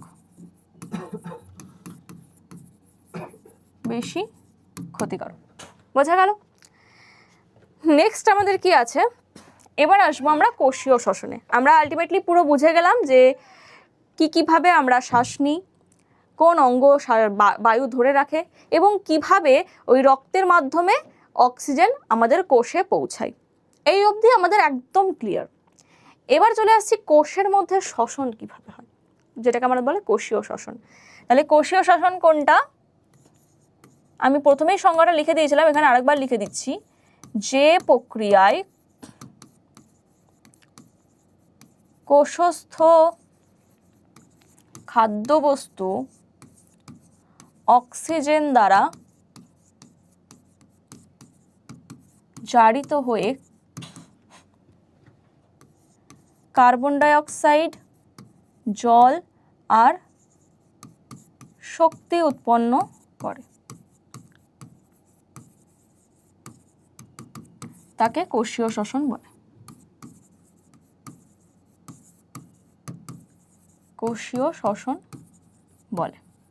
আর এই কোষীয় শ্বসন হতে গেলে 3টে ধাপ আমাদের ফলো করতে হবে। কি কি? একটা হচ্ছে গ্লাইকোলাইসিস, একটা ক্রেবস চক্র, আর একটা হচ্ছে ইলেকট্রন পরিবহন তন্ত্র। আচ্ছা, হ্যাঁ, কোষীয় শ্বসনের ধাপে আসবো। আচ্ছা, তাহলে এখানে আমি এটুকু লিখে দিচ্ছি, ধরো এটা হচ্ছে আমাদের কোষ, যদিও এটা আমি প্রথমে বলে দিয়েছিলাম। এটা আমাদের কোষ, কোষের খাদ্যবস্তু কি? খাদ্যবস্তু হচ্ছে গ্লুকোজ C6H12O6, আর হচ্ছে কি শ্বাসবায়ু মানে হচ্ছে অক্সিজেন। এখান থেকে আমাদের আলটিমেটলি কি তৈরি হবে? আমাদের তৈরি হবে কার্বন ডাই অক্সাইড, জল, এটিপি। ঠিক আছে, এটা হচ্ছে আমাদের কোষীয় শ্বসন। তাহলে এই শ্বসন আর শ্বাসকার্যের মধ্যে কি কি পার্থক্য আমরা একবার দেখে নিই। দেখো, আচ্ছা এখানে দহনের সাথে শ্বসনের পার্থক্য দিয়েছে, আবার তারপরে শ্বাসকার্যের সাথে পার্থক্যও পড়বো। শ্বসন কি আর দহন কি? দেখো, দহন কিন্তু এক ধরনের অজৈব রাসায়নিক প্রক্রিয়া। মানে দহন মানে কি, কোনো কিছুতে যখন পোড়ানো হচ্ছে, যখন কোথাও ধরো কোনো কয়েকটা ধরো তুমি কাগজপত্র, সেগুলোতে আগুন জ্বালিয়ে দিলে কি হচ্ছে, ওখানে দহন হচ্ছে। এই দহন প্রক্রিয়ায় যে আগুন বা তাপ উৎপন্ন হচ্ছে, এটা কি পরিবেশের অক্সিজেন কিন্তু ওখানে লাগছে, ওখানেও অক্সিজেন গৃহীত হচ্ছে, তার ফলে কি হচ্ছে, আগুন জ্বলছে এবং সেখান থেকে তাপ উৎপন্ন হচ্ছে। তাহলে ওই দহন আর শ্বসনের মধ্যে কি কি পার্থক্য আমরা দেখে নিই। কি বলছে প্রকৃতি? বলছে শ্বসন একটি জৈব রাসায়নিক প্রক্রিয়া। জৈব মানে জীব ছাড়া কিন্তু এটা হবে না। কোনো অজৈব জিনিসের মধ্যে কি হবে, বা পেপার, পেন, জড়বস্তু, এদের মধ্যে কি শ্বসন হবে? না, হবে না। তাহলে এটা জৈব রাসায়নিক প্রক্রিয়া, আর এটা হচ্ছে অজৈব রাসায়নিক প্রক্রিয়া। এখানেও রাসায়নিক প্রক্রিয়া হচ্ছে। রাসায়নিক মানে এই যে অক্সিজেন জারিত হচ্ছে, এই সবগুলো হচ্ছে, তো এগুলো রাসায়নিক প্রক্রিয়া তো হচ্ছে, কিন্তু অজৈব মানে জড় পদার্থের মধ্যে হচ্ছে। ঠিক আছে, এটা গেল প্রকৃতি। প্রক্রিয়া: শ্বসনের সময় খাদ্যবস্তু ধাপে ধাপে জারিত হয়ে শক্তি নির্গত হয় বলে এটি একটি নিয়ন্ত্রিত দহন প্রক্রিয়া। ধাপে ধাপে হয় মানে প্রথম ধাপে খাদ্যবস্তু কিছুটা জারিত হয়ে কিছু অ্যাসিড তৈরি করে, তারপর সেই অ্যাসিড থেকে আবার অন্য একটা অ্যাসিড তৈরি হয়, এইভাবে বিভিন্ন অ্যাসিড বিপাক হতে হতে হতে হতে ওখান থেকে কার্বন ডাইঅক্সাইড, জল তৈরি হয়। একটা নির্দিষ্ট ধাপে হয়। আর এখানে একদম ধাপে ধাপে হয় না। আগুন কি ধাপে ধাপে চলবে? লাগিয়ে দাও, একদম দাউ দাউ করে চলবে, তাই না? তো দহনের সময় অনিয়ন্ত্রিতভাবে অতি দ্রুত তাপ নির্গত হয় বলে এটি অনিয়ন্ত্রিত প্রক্রিয়া। আচ্ছা, উৎসেচক: শ্বসন প্রক্রিয়ায় আমরা দেখব প্রচুর উৎসেচকের প্রয়োজন পড়বে। ঠিক আছে, উৎসেচকের গুরুত্বপূর্ণ ভূমিকা রয়েছে। একটা বিক্রিয়া থেকে আর একটা জিনিস তৈরি হতে উৎসেচক লাগবে, কিন্তু দহনে কোনো উৎসেচক লাগে না। তারপরে স্থান: শ্বসন জীবদেহের প্রত্যেকটা সজীব কোষে দিন রাত ধরে চলছে। আমাদের মাথা থেকে পা পর্যন্ত যত কোষ রয়েছে সমস্ত কোষে শ্বসন হবে। আর দহন যে কোনো দাহ্য বস্তু, মানে যেটাতে আগুন লাগলে জ্বলতে পারে, যে কোনো দাহ্য বস্তুতেই কিন্তু এটা জ্বলবে। অক্সিজেন, পরবর্তীটা বলছে কি অক্সিজেন। প্রক্রিয়াটি অক্সিজেন ছাড়াও ঘটতে পারে। হ্যাঁ ম্যাম, এতক্ষণ আপনি পড়িয়ে এলেন অক্সিজেন ছাড়া শ্বসন হবে না? হবে না। সেটা আমাদের বায়ুজীবী জীব যারা অক্সিজেনের সাহায্যে বাঁচি, আমরা যারা অক্সিজেন ছাড়া বাঁচতে পারি না, আমাদের মধ্যে অবশ্যই শ্বসন করতে গেলে অক্সিজেন লাগবে। কিন্তু এমন কিছু কিছু ব্যাকটেরিয়া আছে, এমন কিছু অবায়ুজীবী জীব আছে যারা কিন্তু অক্সিজেন ছাড়াও শ্বসন করতে পারে। এটা আমি এখানে বললাম, আমরা এরপরে পড়বো। ঠিক আছে, শ্বসনের অনেক রকম ধাপ পড়বো, সেখানে পড়বো যে বায়ুজীবী জীব যারা, মানে যারা অক্সিজেন নিয়ে বাঁচে, তাদের মধ্যে অবশ্যই শ্বসন করতে গেলে অক্সিজেন লাগবে। কিন্তু কিছু ব্যাকটেরিয়া বা এককোষী প্রাণী যাদের অক্সিজেনের প্রয়োজন নেই, তারা নর্মালিও শ্বসন করতে পারে। তাই এখানে বলা হচ্ছে যে শ্বসন প্রক্রিয়া এই যে অক্সিজেন ছাড়াও ঘটতে পারে, যেমন অবাত শ্বসন, আরও একটা পদ্ধতি যদি আমরা দেখি সন্ধান প্রক্রিয়া, এই সমস্ত জায়গায়। আর অক্সিজেন ছাড়া দহন কিন্তু কখনোই সম্ভব নয়। বোঝা গেল? অক্সিজেন ছাড়া দহন সম্ভব নয়। যেখানে আমরা আগুন জ্বালাবো সেখানে অবশ্যই বাতাসে অক্সিজেন প্রেজেন্ট থাকতে হবে। বোঝা গেল? আচ্ছা, তারপরে বলছে শক্তির মুক্তি। শ্বসনের শক্তির মুক্তি ধীরে ধীরে ঘটে। শ্বসনের শক্তির মুক্তি ঘটে কিন্তু এই যে তাপ শক্তি উৎপন্ন হয় শ্বসনেও। তোমরা নিঃশ্বাস ছাড়ছো, দেখো নিঃশ্বাসটা গরম, কারণ ওখানে তাপ উৎপন্ন হচ্ছে। ঠিক আছে, তো শক্তির মুক্তি এখানে ধীরে ধীরে ঘটে। আর দহনে দ্রুত শক্তির মুক্তি ঘটে, যে আগুনের পাশে যাবে একদম পুড়ে যাবে, দ্রুত শক্তির মুক্তি ঘটছে সেখানে। ঠিক আছে, আচ্ছা, তারপরে রয়েছে আলো ও তাপ। এই প্রক্রিয়ায় আলো উৎপন্ন হয় না, কিন্তু তাপ সৃষ্টি হয়। শ্বসন প্রক্রিয়ায় আলো তৈরি হচ্ছে, আমরা শ্বাস প্রশ্বাস নিচ্ছি, তার জন্য কি লাইটিং হচ্ছে? একদমই লাইটিং হচ্ছে না। কি হচ্ছে? তাপ কিন্তু উৎপন্ন হচ্ছে। যে নিঃশ্বাসটা ছাড়ছি, গরম নিঃশ্বাস ছাড়ছি, মানে তাপ উৎপন্ন হয়। কিন্তু এই প্রক্রিয়ায় আলো এবং তাপ, আগুন জ্বালালে আলো তো তৈরি হবেই, আর তার সাথে সাথে তাপ। শীতকালে খুব মজা লাগে না আগুন পোয়াতে? তো ওটা কিন্তু দহন প্রক্রিয়া, ঠিক আছে। আর এটিপি, এই শ্বসন প্রক্রিয়ায় এটিপি অণুতে সঞ্চিত হয়, এটিপি আমাদের মধ্যে তৈরি হয়, শক্তি তৈরি হয়। দহনে কোনো শক্তি তৈরি হয় না, পরিবেশে সমস্ত তাপ মুক্ত হয়ে যায়, ঠিক আছে। এই হচ্ছে আমাদের শ্বসন আর দহনের পার্থক্য। আশা করি বোঝা গেল শ্বসন আর দহন কি জিনিস। আর এখানে বলছে শ্বসন আর শ্বাসকার্যের মধ্যে পার্থক্য কি। দেখো, একে অপরের সাথে জড়িত প্রক্রিয়া। শ্বাসকার্য না হলে শ্বসন হবে না, কিন্তু এদের মধ্যে পার্থক্য কি? এটা জৈব রাসায়নিক আর এটা যান্ত্রিক প্রক্রিয়া। এটা যান্ত্রিক প্রক্রিয়া, আমাদের একটা শ্বাসযন্ত্রের মাধ্যমে এটা হচ্ছে। শ্বসন কোষের অভ্যন্তরে হয়, আর ওটা শ্বাস অঙ্গের সাহায্যে হচ্ছে, কোনো কোষের মধ্যে না, শ্বাস অঙ্গের মধ্যে হচ্ছে। এখানে শ্বসন প্রক্রিয়া এটিপি তাপশক্তি উৎপন্ন হয়, আর এখানে শুধু অক্সিজেন কার্বন ডাইঅক্সাইড গ্রহণ বর্জন হয়, আর কিছু হয় না। এটা গেল এদের পার্থক্য। পার্থক্যগুলো খুব ভালো করে পড়বে, এখান থেকে কিন্তু প্রশ্ন হবে তোমাদের, ঠিক আছে। চলো আমরা এবার চ্যাপ্টারের লাস্টের দিকে চলে এসেছি। কোষীয় শ্বসনের ধাপ, এগুলো পড়লেই আর শ্বসনের তাৎপর্য, এখানে কিন্তু আমাদের চ্যাপ্টারটা এন্ড হয়ে যাবে। তো কোষীয় শ্বসনের প্রকারভেদ। কোষীয় শ্বসন কয় প্রকার হতে পারে? 3 প্রকার হতে পারে। একটা হচ্ছে সবাত শ্বসন, একটা অবাত শ্বসন, একটা সন্ধান। সবাত শ্বসন কাদের মধ্যে হয়? সবাত শ্বসন হয় বায়ুজীবী জীবকোষে। কাদের মধ্যে হবে? বায়ুজীবী জীবকোষে। কারা বায়ুজীবী? যারা অক্সিজেন ছাড়া বাঁচতে পারে না, মানে আমরা বায়ুজীবী। যারা যারা অক্সিজেন গ্রহণ করে তারাই বায়ুজীবী। তাহলে বায়ুজীবী জীবকোষে সরাসরি বাতাসের অক্সিজেন দ্বারা কোষের খাদ্যবস্তু জারিত হয়, আর এই ধরনের শ্বসনকে বলা হয় সবাত শ্বসন। তাহলে সবাত শ্বসনে কি হচ্ছে? এক অণু গ্লুকোজ মানে C6H12O6 6 অণু অক্সিজেন দ্বারা জারিত হয়ে কি তৈরি করছে? 6 অণু কার্বন ডাইঅক্সাইড, 6 অণু জল, আর 686 কিলো ক্যালোরি শক্তি উৎপন্ন করছে, ঠিক আছে। তাহলে এখানে বাতাসের কি লাগলো? বাতাসের মুক্ত অক্সিজেন, গোল রয়েছে এখানে, বাতাসের মুক্ত অক্সিজেন, এটা আমি লিখে দিলাম, বাতাসের মুক্ত অক্সিজেন। তাহলে মুক্ত অক্সিজেনের মাধ্যমে খাদ্যবস্তু জারিত হলে সেই প্রক্রিয়াকে বলা হয় সবাত শ্বসন। কাদের ক্ষেত্রে দেখতে পাওয়া যায়? সমস্ত বায়ুজীবী জীবকোষে, মানে মানুষ, যত উন্নত প্রাণী রয়েছে। আমি এক্সাম্পল দিয়ে দিলাম, মানুষ, গরু, ছাগল, আশেপাশে যারা রয়েছে সবাই কিন্তু বায়ুজীবী জীব। আচ্ছা, অবাত শ্বসন কাদের মধ্যে হবে? অবায়ুজীবী জীবকোষে। এটা কাদের দেহে হবে? অবায়ুজীবী জীবকোষে, ঠিক আছে। বেশ কিছু অবায়ুজীবী ব্যাকটেরিয়া,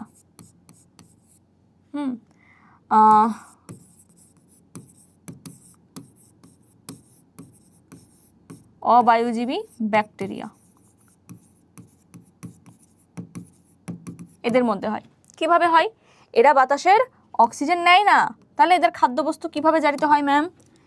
এই দেখো, এদের মধ্যেও খাদ্যবস্তু রয়েছে C6H12O6, তার সাথে 12NO3, ঠিক আছে। এটা কি? নাইট্রোজেন যুক্ত একটা যৌগ, মানে অক্সিজেন যুক্ত একটা যৌগ, নাইট্রোজেন বলছি, সরি, অক্সিজেনের মধ্যে রয়েছে NO3। তাহলে এইরকম অক্সিজেন যুক্ত যৌগ থেকে যে অক্সিজেনটা পাওয়া যাচ্ছে সেই অক্সিজেন দিয়ে করলো, মুক্ত অক্সিজেন নয়, অক্সিজেন যুক্ত যৌগ। তাহলে এর ক্ষেত্রে কি হয়ে গেল? কিসের মাধ্যমে খাদ্যটা জারিত হচ্ছে? অক্সিজেন যুক্ত যৌগ দ্বারা খাদ্য জারিত হয়। রেজাল্ট কি পাবো? রেজাল্ট পাবো এখান থেকে সেম 6CO2,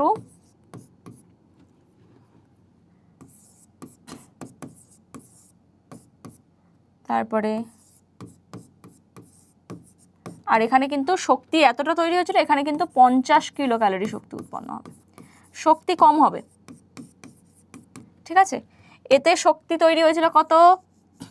686 কিলো ক্যালোরি। এতে শক্তি তৈরি হলো কত? 50 কিলো ক্যালোরি। যেগুলো যেগুলো পার্থক্য আমি সেটা দেখাচ্ছি। সবাত শ্বসন অবাত শ্বসনের মধ্যে পার্থক্য কি? বাতাসের মুক্ত অক্সিজেন দ্বারা খাদ্য জারিত হচ্ছে, এটা অক্সিজেনযুক্ত যৌগ থেকে যে অক্সিজেন পাওয়া যায় সেটা দ্বারা জারিত হয়। এখানে শক্তি কত তৈরি হচ্ছে? 686, এখানে শক্তি 50 কিলো ক্যালোরি। ঠিক আছে, আর লাস্ট হচ্ছে সন্ধান প্রক্রিয়া। সন্ধান প্রক্রিয়া কাদের মধ্যে দেখতে পাওয়া যায়? কিছু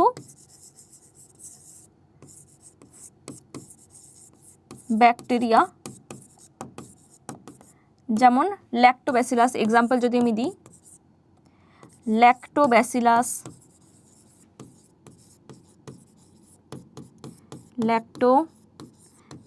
তোমরা নিশ্চয়ই পড়েছো, দুধ থেকে দই তৈরি করতে সাহায্য করে এই ব্যাকটেরিয়াটা, ল্যাক্টোব্যাসিলাস। তারপরে ইস্ট নামক একটা ছত্রাক, ইস্ট নামক ছত্রাক, এরা সন্ধান প্রক্রিয়া করে। সন্ধান মানে কি? এই দুটোতেই তো অক্সিজেন লাগলো, একটাই মুক্ত অক্সিজেন আর একজন ঘুরিয়ে নাক দেখালো, মানে অক্সিজেনযুক্ত যৌগ, কিন্তু এ কি করবে? এখানে একেবারেই অক্সিজেন লাগবে না, এখানে কিছু উৎসেচক দ্বারা খাদ্য জারিত হবে। তাহলে এখানে কি হচ্ছে? কোষস্থ খাদ্যবস্তু কি দ্বারা জারিত হচ্ছে? এই যে খাদ্যবস্তু সরাসরি উৎসেচক দ্বারা জারিত হয়ে, যেমন ল্যাকটিক অ্যাসিড সন্ধানে কি লাগবে? জাইমেজ উৎসেচক। তো এই উৎসেচক দ্বারা জারিত হয়ে কি করছে? সরাসরি হয় ল্যাকটিক অ্যাসিড বানাবে,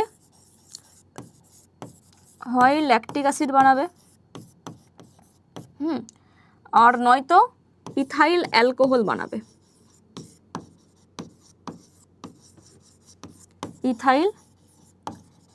বানাবে, আর তার সাথে কি তৈরি হচ্ছে? কার্বন ডাইঅক্সাইড, জল, আর শক্তি 50ও হতে পারে, 36ও হতে পারে, যে কোনো একটা কিলো ক্যালোরি শক্তি উৎপন্ন হয়। তার মানে সন্ধান কয় প্রকার? সন্ধান দু প্রকার, একটা ল্যাকটিক অ্যাসিড সন্ধান আর একটা কোহল সন্ধান। ল্যাকটিক অ্যাসিড সন্ধান, আমি যদি সন্ধানটা জাস্ট এখানে লিখে দিই, সন্ধান প্রক্রিয়া দু রকমের, একটা হচ্ছে কি ল্যাকটিক অ্যাসিড সন্ধান,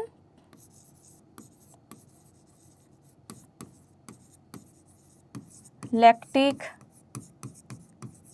অ্যাসিড সন্ধান, আর একটা হচ্ছে কোহল সন্ধান। ঠিক আছে, ল্যাকটিক অ্যাসিড সন্ধান আর কোহল সন্ধান। ল্যাকটিক অ্যাসিড সন্ধানে কি হচ্ছে? এই যে খাদ্যবস্তু রয়েছে, এখানটা জাইমেজ উৎসেচকের প্রভাবে কার্বন ডাইঅক্সাইড,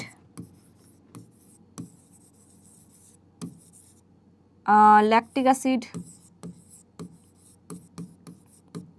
আর 50 কিলো ক্যালোরি শক্তি উৎপন্ন হলো। ঠিক আছে, আর কোহল সন্ধানে কি হচ্ছে? খাদ্যবস্তু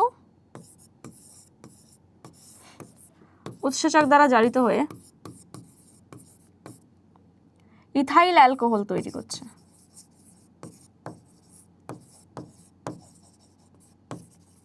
ইথাইল অ্যালকোহল, আর তৈরি করে কত? 36 কিলো ক্যালোরি শক্তি উৎপন্ন করে।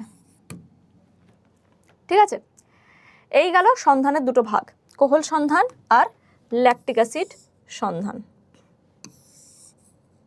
চলো, তাহলে আমাদের কত রকমের শ্বসন হয় সেই শ্বসনের ধাপগুলো কিন্তু আমরা পড়ে ফেললাম। সবাত শ্বসন, অবাত শ্বসন আর সন্ধান, এই কটা টাইপ আমরা দেখলাম। এবার আমরা দেখব এই যে তিনটের পার্থক্য, এই তিনটের পার্থক্যটা দেখে নাও। যে সবাত শ্বসন, অবাত শ্বসন আর সন্ধান ক্রিয়া, এই তিনটের পার্থক্য কি বলছে? মুক্ত অক্সিজেন, এখানে মুক্ত অক্সিজেন উপস্থিত, এখানে মুক্ত অক্সিজেন অনুপস্থিত, এখানেও মুক্ত অক্সিজেন অনুপস্থিত। এখানে গ্লুকোজ কি হয়? সম্পূর্ণ জারিত হয়, পুরো খাদ্যবস্তুরা জারিত হয়ে যায় সবাত শ্বসনে, যার জন্য তো বেশি শক্তি উৎপন্ন হয়। আর এখানে আংশিক জারিত হয়, এখানেও আংশিক জারিত হয়, যার জন্য কম শক্তি তৈরি হয়। উৎপন্ন বস্তু এখানে কার্বন ডাইঅক্সাইড আর জল, অবাধ শ্বসনে কার্বন ডাইঅক্সাইড, জল আর কিছু অক্সাইড তৈরি হয়, ওই যে NO2 তৈরি হলো, আর এখানে ইথাইল অ্যালকোহল আর ল্যাকটিক অ্যাসিড তৈরি হচ্ছে, তাই না? আর সম্পূর্ণ শক্তি কত? 686 কিলো ক্যালোরি, 50 কিলো ক্যালোরি অবাধ শ্বসনে, আর এখানে 36 থেকে 50 কিলো ক্যালোরি। তাই তো দেখলাম। তাহলে এই তো এর পার্থক্য, যে যা যা যা পড়লাম এখানেই সেগুলোর পার্থক্য দিয়ে হয়ে গেল। কোষীয় শ্বসনের ধাপ, চলো কোষীয় শ্বসনের ধাপ কি মনে হচ্ছে ম্যাম? এত কিছু কি করে মনে রাখবো? চ্যাপ্টারটা সহজ লাগছে কিনা বলো, সব কিছু বুঝতে পারছো কিনা বলো। যারা যারা দেখছো একটু তোমরা কমেন্ট করে দেবে, কারণ তোমরা কমেন্ট করলে আমি বুঝতে পারবো যে তোমাদের কি কি সমস্যা হচ্ছে, তোমাদের কেমন লাগছে পড়ানো, বা তোমাদের যদি মনে হয় যে এই জায়গাটা আরও মডিফাই করতে হবে, সেটাও তোমরা কমেন্ট করতে পারো, ঠিক আছে? তো অবশ্যই তোমরা কমেন্ট করে জানাবে যে তোমাদের ক্লাস কেমন লাগছে। ওকে, চলো তাহলে কোষীয় শ্বসনের ধাপ কি কি রয়েছে। কয়েকটা মানে ধরো আমাদের সবাত শ্বসন, আমরা যে শ্বসন প্রক্রিয়া করছি, তো কোষের মধ্যে এই যে খাদ্য থেকে শক্তি, আমরা তো একটা লাইনে লিখে দিলাম খাদ্য থেকে শক্তি। এতটা ইজি কি? এতটা ইজি নয়। সেই খাদ্য থেকে শক্তি হতে গেলে না অনেকটা টাইম লাগবে, আর অনেকগুলো ধাপে ধাপে জিনিসটা তৈরি হবে। কটা ধাপ লাগবে বলো তো? 3টে ধাপ হবে। তো কোষীয় শ্বসনের ধাপ যদি আমরা বলি, টোটাল 3টে ধাপ রয়েছে। এক হবে গ্লাইকোলাইসিস, সেকেন্ড হবে ক্রেবস চক্র, আর থার্ড হবে ইলেকট্রন পরিবহন তন্ত্র বা প্রান্তীয় শ্বসন। তোমাদের বইতে লেখা আছে, এটাই লিখলাম, প্রান্তীয় শ্বসন। কি হয় দেখো, ভালো করে আগে বুঝে নাও কি পড়ছি আমরা অ্যাকচুয়ালি। এই আমাদের কোষ, ঠিক আছে? এটা আমাদের কোষ, আর কোষের মধ্যে একটা অঙ্গ আমরা আঁকবো যার নাম হচ্ছে মাইটোকন্ড্রিয়া। এই হচ্ছে আমাদের মাইটোকন্ড্রিয়া। নিশ্চয়ই তোমরা চেনো, এটা একটা কোষীয় অঙ্গাণু। কেন এটা আঁকলাম দেখো, এটা আঁকার কারণ আছে। আমরা কি পড়ছি কোষীয় শ্বসনের ধাপ মানে? আমরা পড়ছি যে খাদ্য কোষে এলো, তাহলে খাদ্য থেকে শক্তি কিভাবে তৈরি হচ্ছে, এই ধাপটা আমরা পড়ছি। তো খাদ্যকে অক্সিজেন ভাঙলো আর সরাসরি কার্বন ডাইঅক্সাইড তৈরি হয়ে গেল, এমনটা কিন্তু নয়। এর মাঝে অনেক রাসায়নিক বিক্রিয়া হয়, অনেক মানে অনেক রাসায়নিক বিক্রিয়া হয়। সেই অনেক বিক্রিয়াগুলো তোমরা ক্লাস 11-এ যখন উঠবে তখন পড়বে, কিন্তু এখানে শর্ট ফর্মে তোমাদের জানিয়ে দেওয়া হবে যে কি কি অ্যাকচুয়ালি হচ্ছে। তো এই খাদ্য থেকে শক্তি তৈরিতে 3টে ধাপ আসছে। একটা ধাপকে আমরা বলছি কি? একটা ধাপকে বলবো গ্লাইকোলাইসিস, ঠিক আছে? ফার্স্ট ধাপ হচ্ছে গ্লাইকোলাইসিস, সেকেন্ড ধাপ হচ্ছে ক্রেবস চক্র, আর থার্ড ধাপ হচ্ছে প্রান্তীয় শ্বসন। তাহলে আমরা দেখে নিই কি কি হয় অ্যাকচুয়ালি। দেখো, এই হচ্ছে আমাদের খাদ্যবস্তু C6H12O6, খাদ্যের মলিকিউল। ভালো কথা, খাদ্য এসছে কোথায়? কোষের সাইটোপ্লাজম। দেখো আমরা দুটো জিনিস দেখিয়েছি, কোষের মধ্যে আরও অনেক জিনিস থাকে, আমরা কিন্তু দেখাইনি। এক হচ্ছে কি? এক হচ্ছে সাইটোপ্লাজম দেখিয়েছি, সাইটোপ্লাজম দেখিয়েছি। আর একটা কি দেখিয়েছি? মাইটোকন্ড্রিয়াকে দেখিয়েছি, তাই না? আর একটা দেখিয়েছি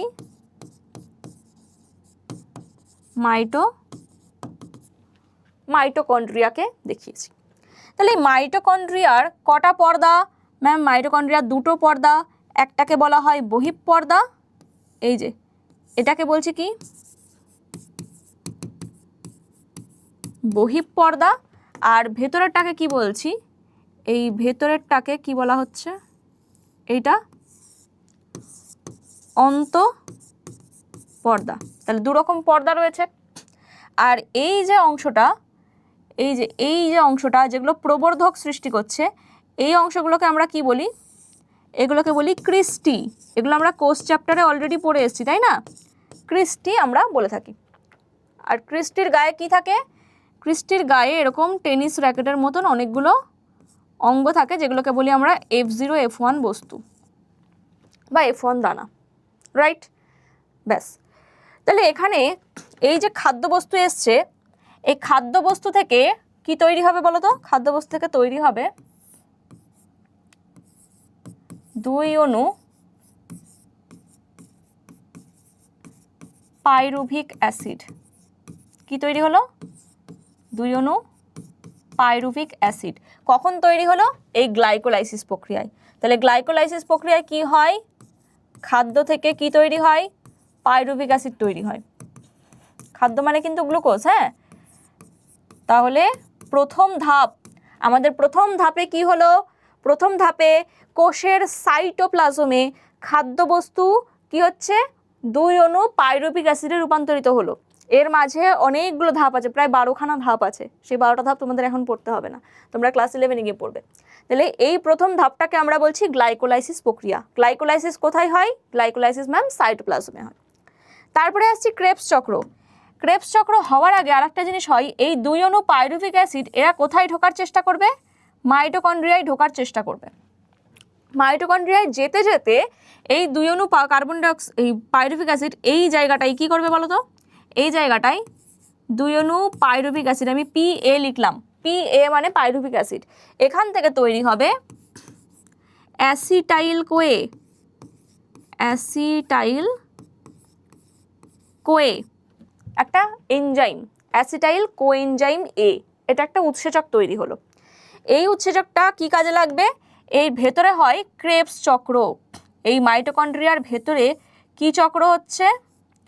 ক্রেবস চক্র হচ্ছে। এই যে ক্রেবস চক্র, এই ক্রেবস চক্র হচ্ছে একটা পুরো চক্রাকার পদ্ধতি। আমি যদি এখানে দেখাই, যেখানে সাইট্রিক অ্যাসিড,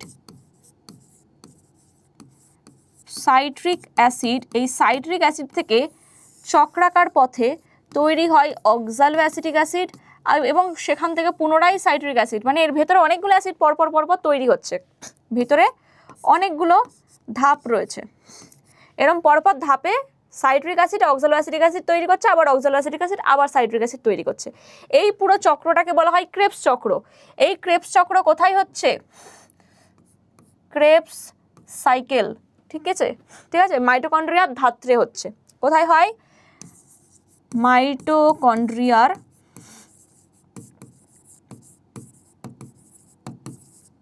ধাত্রে এই ক্রেবস চক্র সম্পন্ন হচ্ছে। আর এই ক্রেবস চক্র হতে সাহায্য করছে কি? এই অ্যাসিটাইল কোয়ে।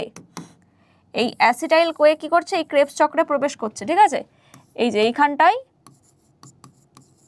অ্যাসিটাইল কোয়ে আসলে তবেই অক্সালো অ্যাসিটিক অ্যাসিড আবার সাইট্রিক অ্যাসিডে রূপান্তরিত হবে। তাহলে এই অ্যাসিটাইল কোয়ে এলো কোথা থেকে? পাইরুভিক অ্যাসিড থেকে। পাইরুভিক অ্যাসিড এসছে কোথা থেকে? খাদ্য থেকে। তাহলে আলটিমেটলি এটা হচ্ছে সেকেন্ড ধাপ, যেখানে একটা চক্রাকার পদ্ধতিতে বিভিন্ন প্রকার অ্যাসিড তৈরি হচ্ছে, আর সেই অ্যাসিডগুলো তৈরি করতে হেল্প করছে আমাদের অ্যাসিটাইল কোয়ে, যেটা কিনা পাইরুভিক অ্যাসিড থেকে তৈরি হয়েছিল। আচ্ছা, তাহলে এই ক্রেবস চক্রে যে এতগুলো অ্যাসিড তৈরি হলো, আমার লাভ কি হলো? আমি তো এটিপি তৈরি করব, তাই না? আমার তো শক্তি উৎপন্ন করবো। শক্তি কোথায় হলো? শক্তি হবে এইখানে না, এই অ্যাসিডগুলো তৈরি হওয়ার সময় বিভিন্ন জারণ বিক্রিয়া ঘটে। কি ঘটে? বিভিন্ন জারণ বিক্রিয়া ঘটে। তো এই জারণ বিক্রিয়াগুলো অক্সিজেনের মাধ্যমে ঘটে না, কিসের মাধ্যমে ঘটে? হাইড্রোজেন বিজারণের মাধ্যমে। কি হবে? হাইড্রোজেন বিজারিত হয়। কি ঘটনা ঘটে? দেখো আমি একটা যদি দেখাই, NAD+, এখান থেকে তৈরি হয়ে যাবে NADH, এরকম বিক্রিয়া ঘটেছিল। এটা হচ্ছে বিজারণ বিক্রিয়া। এইবার এই NADH যেটা তৈরি হলো, এরকম আরেকটা ঘটনাও ঘটে, FAD থেকে FADH2, এখানে NADH2, এগুলো তৈরি হচ্ছে। এই যে হাইড্রোজেন যুক্ত হয়েছিল, এরা কি করবে? এরা হাইড্রোজেন রাখতে চায় না, এরা হাইড্রোজেনকে বের করে দেবে, প্রোটনকে বের করে দেবে, মানে H+ আয়নকে বের করে দিতে চায়। তার জন্য কি হয়? এই যে অ্যাসিড তৈরির ফলে এই বিক্রিয়াগুলো হলো, এরা কি করবে বলো তো? এই যে NADH2, FADH2, এরা চলে আসবে এই অন্তঃপর্দার ক্রিস্টিতে, ঠিক আছে। এরা কোথায় চলে আসবে? অন্তঃপর্দার, এই ধরো একটা ক্রিস্টি, এই ক্রিস্টির মধ্যে এসে, ক্রিস্টির মধ্যে থাকে বিভিন্ন প্রোটিন কমপ্লেক্স। আর এখানে যে জারণ বিক্রিয়াগুলো ঘটছিল, এখানে কি হবে? NADH2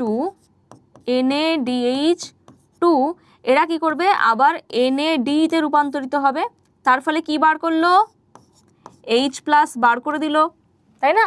H+ বার করে দিল। তো এইভাবে এই দিকটাই H+ প্রচুর জমা হচ্ছে। কোথায় জমা হচ্ছে? এই অঞ্চলে H+ আয়ন প্রচুর জমা হচ্ছে।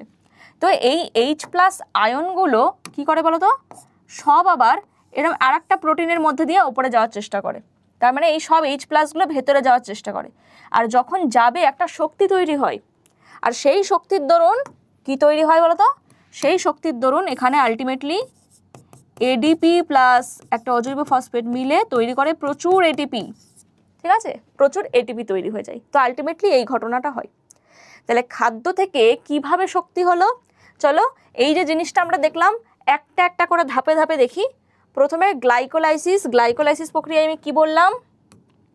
যে কোষের সাইটোপ্লাজমে এই হচ্ছে কোষ, জাস্ট কোষের মধ্যে কি হচ্ছে? C6H12O6 মানে গ্লুকোজ কিসে কনভার্ট হলো?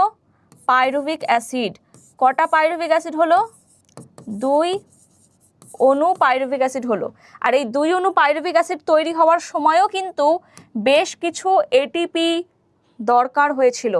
খাদ্য ভেঙে পাইরুভিক অ্যাসিড করতে গেলে 2 অণু এটিপি ব্যয় হয়। কতটা ব্যয় হলো? 2 অণু এটিপি এই প্রক্রিয়ায় ব্যয় হলো, মানে খরচ হলো। আর তৈরি হলো কত বলো তো? 4 অণু এটিপি সরাসরি তৈরি হয়। এইগুলো কিন্তু তোমাদের মনে রাখতে হবে, ঠিক আছে? গ্লাইকোলাইসিস হতে গেলে, অর্থাৎ এই ঘটনাটা ঘটতে গেলে 2 অণু ব্যয় হচ্ছে, 4 অণু এটিপি তৈরি হচ্ছে। তাহলে আলটিমেটলি 4 থেকে 2 গেলে কত হচ্ছে? 4 - 2।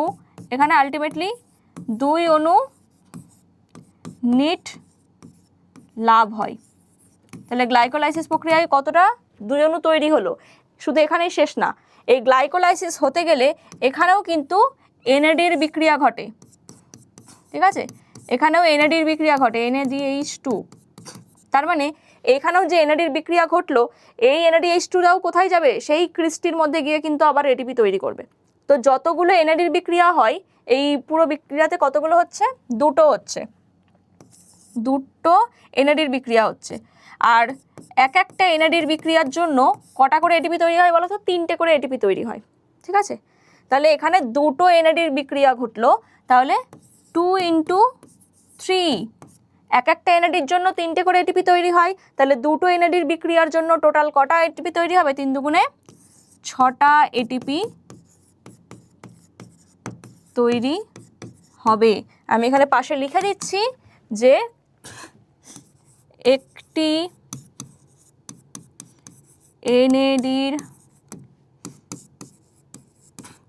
বিজারণে 3 অণু এটিপি তৈরি হয়। তাহলে এখানে 2 অণু মানে দুবার হয়েছে, দুবার হওয়ার জন্য একবারে 3টে করে, তার মানে দুবারে 6টা। তাহলে টোটাল কটা এটিপি তৈরি হলো? টোটাল 6। আর এখানে 2টো তো সরাসরি তৈরি হয়েছিল, মানে টোটাল 8 অণু এটিপি গ্লাইকোলাইসিস প্রক্রিয়ায় তৈরি হয়। ঠিক আছে, কয় অণু তৈরি হলো? টোটাল 8 অণু এটিপি গ্লাইকোলাইসিস প্রক্রিয়ায় তৈরি হয়। এখান থেকে প্রশ্ন হবে কিন্তু, ঠিক আছে? আর এটাও মাথায় রাখবে, এই যে এক একটা এনএডির বিক্রিয়ায় কটা করে হয়? 3টে করে। মনে থাকবে এটা। গেল গ্লাইকোলাইসিস, পাইরুভিক অ্যাসিড তৈরি হয়ে গেল। এরপর হবে ক্রেবস চক্র। ক্রেবস চক্র কোথায় হবে? দেখো, ক্রেবস চক্র কি হয়? এই যে মাইটোকন্ড্রিয়া রয়েছে, এই যে মাইটোকন্ড্রিয়া রয়েছে, মাইটোকন্ড্রিয়ার এটা কি? অন্তঃপর্দা। এই যে ক্রিস্টিগুলো রয়েছে,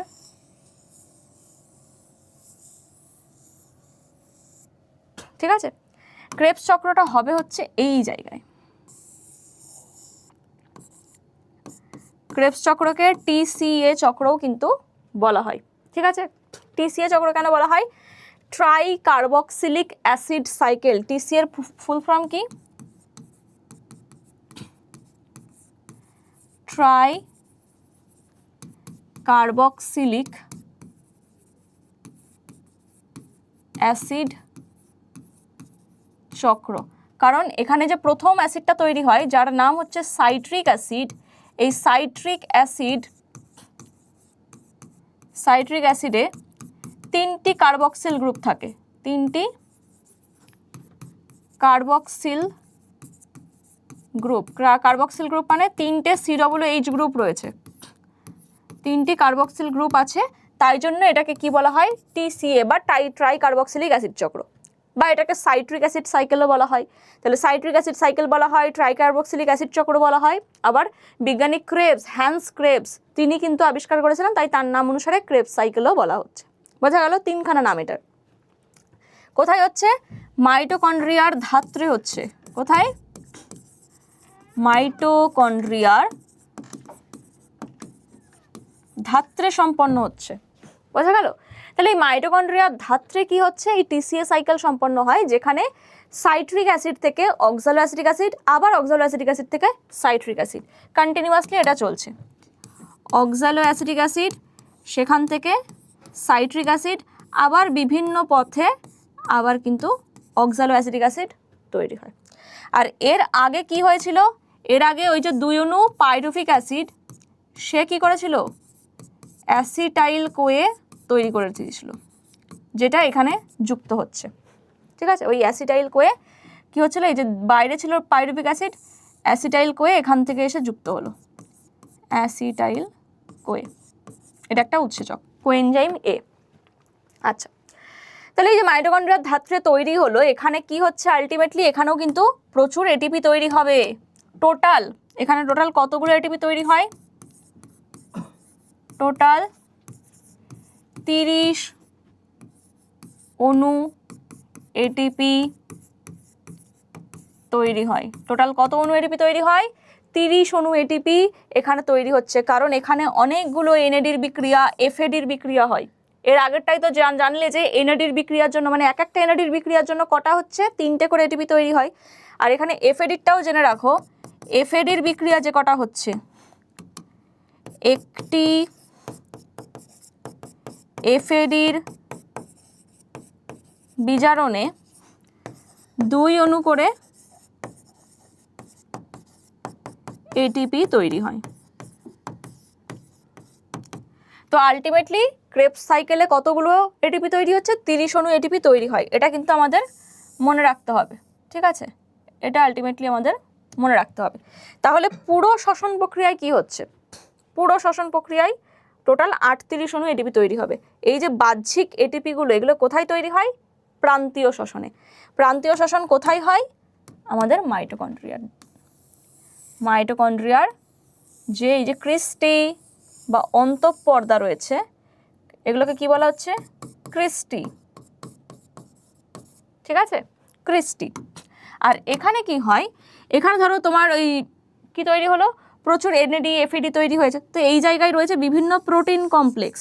ঠিক আছে, এই একটা 5 প্রকারের প্রোটিন কমপ্লেক্স রয়েছে। এই 1, ঠিক আছে, 2, 3, 4 আর 5 নাম্বারটা কেমন দেখতে হয়? যেটা আমরা দেখতে পাই অ্যাকচুয়ালি, 5 নাম্বারটা এরকম দেখতে হয়, আর মাথাটা এরকম গোল, এইরকম কমপ্লেক্স থাকে। তো এরা কি করছে বলো তো? ওই যত FAD NADর বিক্রিয়াগুলো ঘটছে, তার ফলে কি হয়? তার ফলে এই দিকে কি জমা হচ্ছে? প্রোটন জমা হচ্ছে, মানে H+ আয়নগুলো এই জায়গায় জমা হচ্ছে। আর এই সব H+ আয়নগুলো আবার এর মধ্যে দিয়ে ভেতরে ঢোকে, H+গুলো এর মধ্যে দিয়ে ভেতরে ঢুকছে, F1 দানার মধ্যে দিয়ে ভেতরে ঢুকছে। আর তখন কি হচ্ছে? তখন এখানে ADP প্লাস ফসফেট মিলে ATP তৈরি হয়।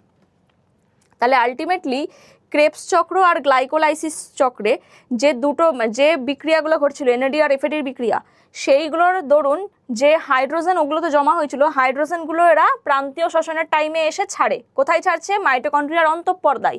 এখানে ছাড়ার ফলে সব প্রোটনগুলো আবার একসাথে জমা হওয়ার পর তারা আবার ভেতরের দিকে যাওয়ার চেষ্টা করে। আর এই সময় যে শক্তি তৈরি হয়, সেই শক্তিটাকে কাজে লাগিয়ে প্রচুর এটিপি তৈরি হয়। তাহলে আলটিমেটলি হলো তো গ্লাইকোলাইসিস ক্রেবস চক্রের জন্যই, তাই না? তো ওইখানে ওই জন্য এক একটা NADর জন্য এখানে 3টে করে এটিপি, ওখানে এক একটা FADর বিক্রিয়ার জন্য এখানে 3টে করে এটিপি, 2টো করে এটিপি, এরম তৈরি হয়। ঠিক আছে, এটা গেল প্রান্তীয় শ্বসন। তাহলে প্রান্তীয় শ্বসন কোথায় হয়? মাইটোকন্ড্রিয়ার ক্রিস্টিতে। মাইটোকন্ড্রিয়ার ক্রিস্টিতে। এইখানে প্রান্তীয় শ্বসন আমাদের শেষ হলো। আর যেখানে টোটাল কত অণু এটিপি তৈরি হলো, গ্লাইকোলাইসিস আর ক্রেবস চক্র মিলিয়ে, গ্লাইকোলাইসিস প্লাস ক্রেবস চক্র মিলিয়ে কত অণু তৈরি হলো, 8 + 30, তো টোটাল 38 অণু। যদি প্রশ্ন আসে শ্বসন প্রক্রিয়ায় কত অণু এটিপি তৈরি হয়, 38 অণু এটিপি তৈরি হয়, এটিপি। ঠিক আছে, এটাই আমাদের শক্তি। ওই জন্য আমরা মাইটোকন্ড্রিয়াকে শক্তিঘর বলতাম কোষের। কেন? কারণ এই পুরো এটিপি তৈরির প্রসেসটা কার মধ্যে হচ্ছে, মাইটোকন্ড্রিয়ার মধ্যে হচ্ছে। এই কারণেই কোষের শক্তিঘর বলা হতো মাইটোকন্ড্রিয়াকে। বোঝা গেল? তো এখানে আমাদের শ্বসন প্রক্রিয়া পুরো কমপ্লিট হলো। শ্বসনের স্থান কোথায়? শ্বসনের স্থান এক হয় সাইটোপ্লাজমে, এক হয় সাইটোপ্লাজম, আর এক হয় মাইটোকন্ড্রিয়া। এই দুটো জায়গায় শ্বসন হয়ে থাকে, সাইটোপ্লাজম আর মাইটোকন্ড্রিয়া। ঠিক আছে, তাহলে এই যে শ্বসন পড়লাম, শ্বসনের তাৎপর্য কি? শ্বসনের তাৎপর্য, শ্বসনটা কেন হয়? শ্বসন এ কারণেই হয় আমাদের শক্তির মুক্তি ঘটে শ্বসন প্রক্রিয়ায়। কি হচ্ছে? শক্তির মুক্তি ঘটছে। আমাদের যে এটিপিটা তৈরি হলো, এটিপি কি স্টোর হয়ে থেকে যাবে? না, এটিপিটা খরচ হবে। এই যে আমরা যত হাঁটাচলা, কাজকর্ম, খাওয়া দাওয়া বা যা করছি, ঘুমোচ্ছি, সেখানেও এটিপি ক্ষয় হচ্ছে, সবেতেই এটিপি ক্ষয় হয়। আমাদের এটিপি নষ্ট হচ্ছে, আস্তে আস্তে ভাঙছে, আর সেই ভেঙে সেখান থেকে তাপ শক্তি রূপান্তরিত হচ্ছে, আমরা যে যান্ত্রিক শক্তি রূপান্তরিত হচ্ছে, বিভিন্ন রকমের শক্তি মুক্তি ঘটছে। তাহলে এটিপি কি হচ্ছে? ক্ষয়প্রাপ্ত হয়ে যে এটিপি শ্বসন প্রক্রিয়ায় তৈরি হয়েছিল, সেটা আবার ক্ষয়প্রাপ্ত হয়ে শক্তির মুক্তি ঘটিয়ে দেয়। আর অক্সিজেন কার্বন ডাইঅক্সাইড ভারসাম্য রক্ষা। উদ্ভিদ সালোক সংশ্লেষ প্রক্রিয়া কি করছে? উদ্ভিদের সাথে এটা পুরো একদম ভারসাম্য রক্ষা করছে। উদ্ভিদ কি করে? উদ্ভিদ বাতাস থেকে কার্বন ডাইঅক্সাইড নিচ্ছে সালোক সংশ্লেষ প্রক্রিয়ায়, আর অক্সিজেন ত্যাগ করছে। তাহলে একটা প্রাণী কি করছে? ঠিক আছে, কিউট, তোমাদের মতন দেখতে। তো এবার কি করছে? অক্সিজেন গ্রহণ করছে আর কার্বন ডাইঅক্সাইড ত্যাগ করছে। তার ফলে কি হচ্ছে? বাতাসে অক্সিজেন কার্বন ডাইঅক্সাইড ভারসাম্য বজায় থাকছে। তাহলে এটাও শ্বসনের একটা তাৎপর্য। বোঝা গেল? তাহলে এই হচ্ছে আমাদের পুরো টোটাল শ্বসন চ্যাপ্টার। তো আশা করি তোমাদের কাছে বিষয়টা পুরোপুরি ক্রিস্টাল ক্লিয়ার। অনেকটা ডিটেলে, খুব ইজিভাবে কিন্তু তোমাদের বোঝানোর চেষ্টা করেছি। তো ক্লাসটা ভালো লাগলে অবশ্যই লাইক করবে, একটা কমেন্ট করে জানাবে যে তোমাদের ক্লাসটা কেমন লাগলো, আর অবশ্যই বন্ধুদের সাথেও শেয়ার করে দেবে, যাতে তারাও কিন্তু এই ক্লাসগুলো দেখে উপকৃত হতে পারে। ঠিক আছে, তো আজকে এই পর্যন্তই থাকলো। আবার তোমাদের সাথে দেখা হবে নতুন একটা চ্যাপ্টারের সাথে। তো চলো আজকে টাটা, বাই বাই, থ্যাংক ইউ প্রত্যেককে। দেখা হচ্ছে নেক্সট ক্লাসে।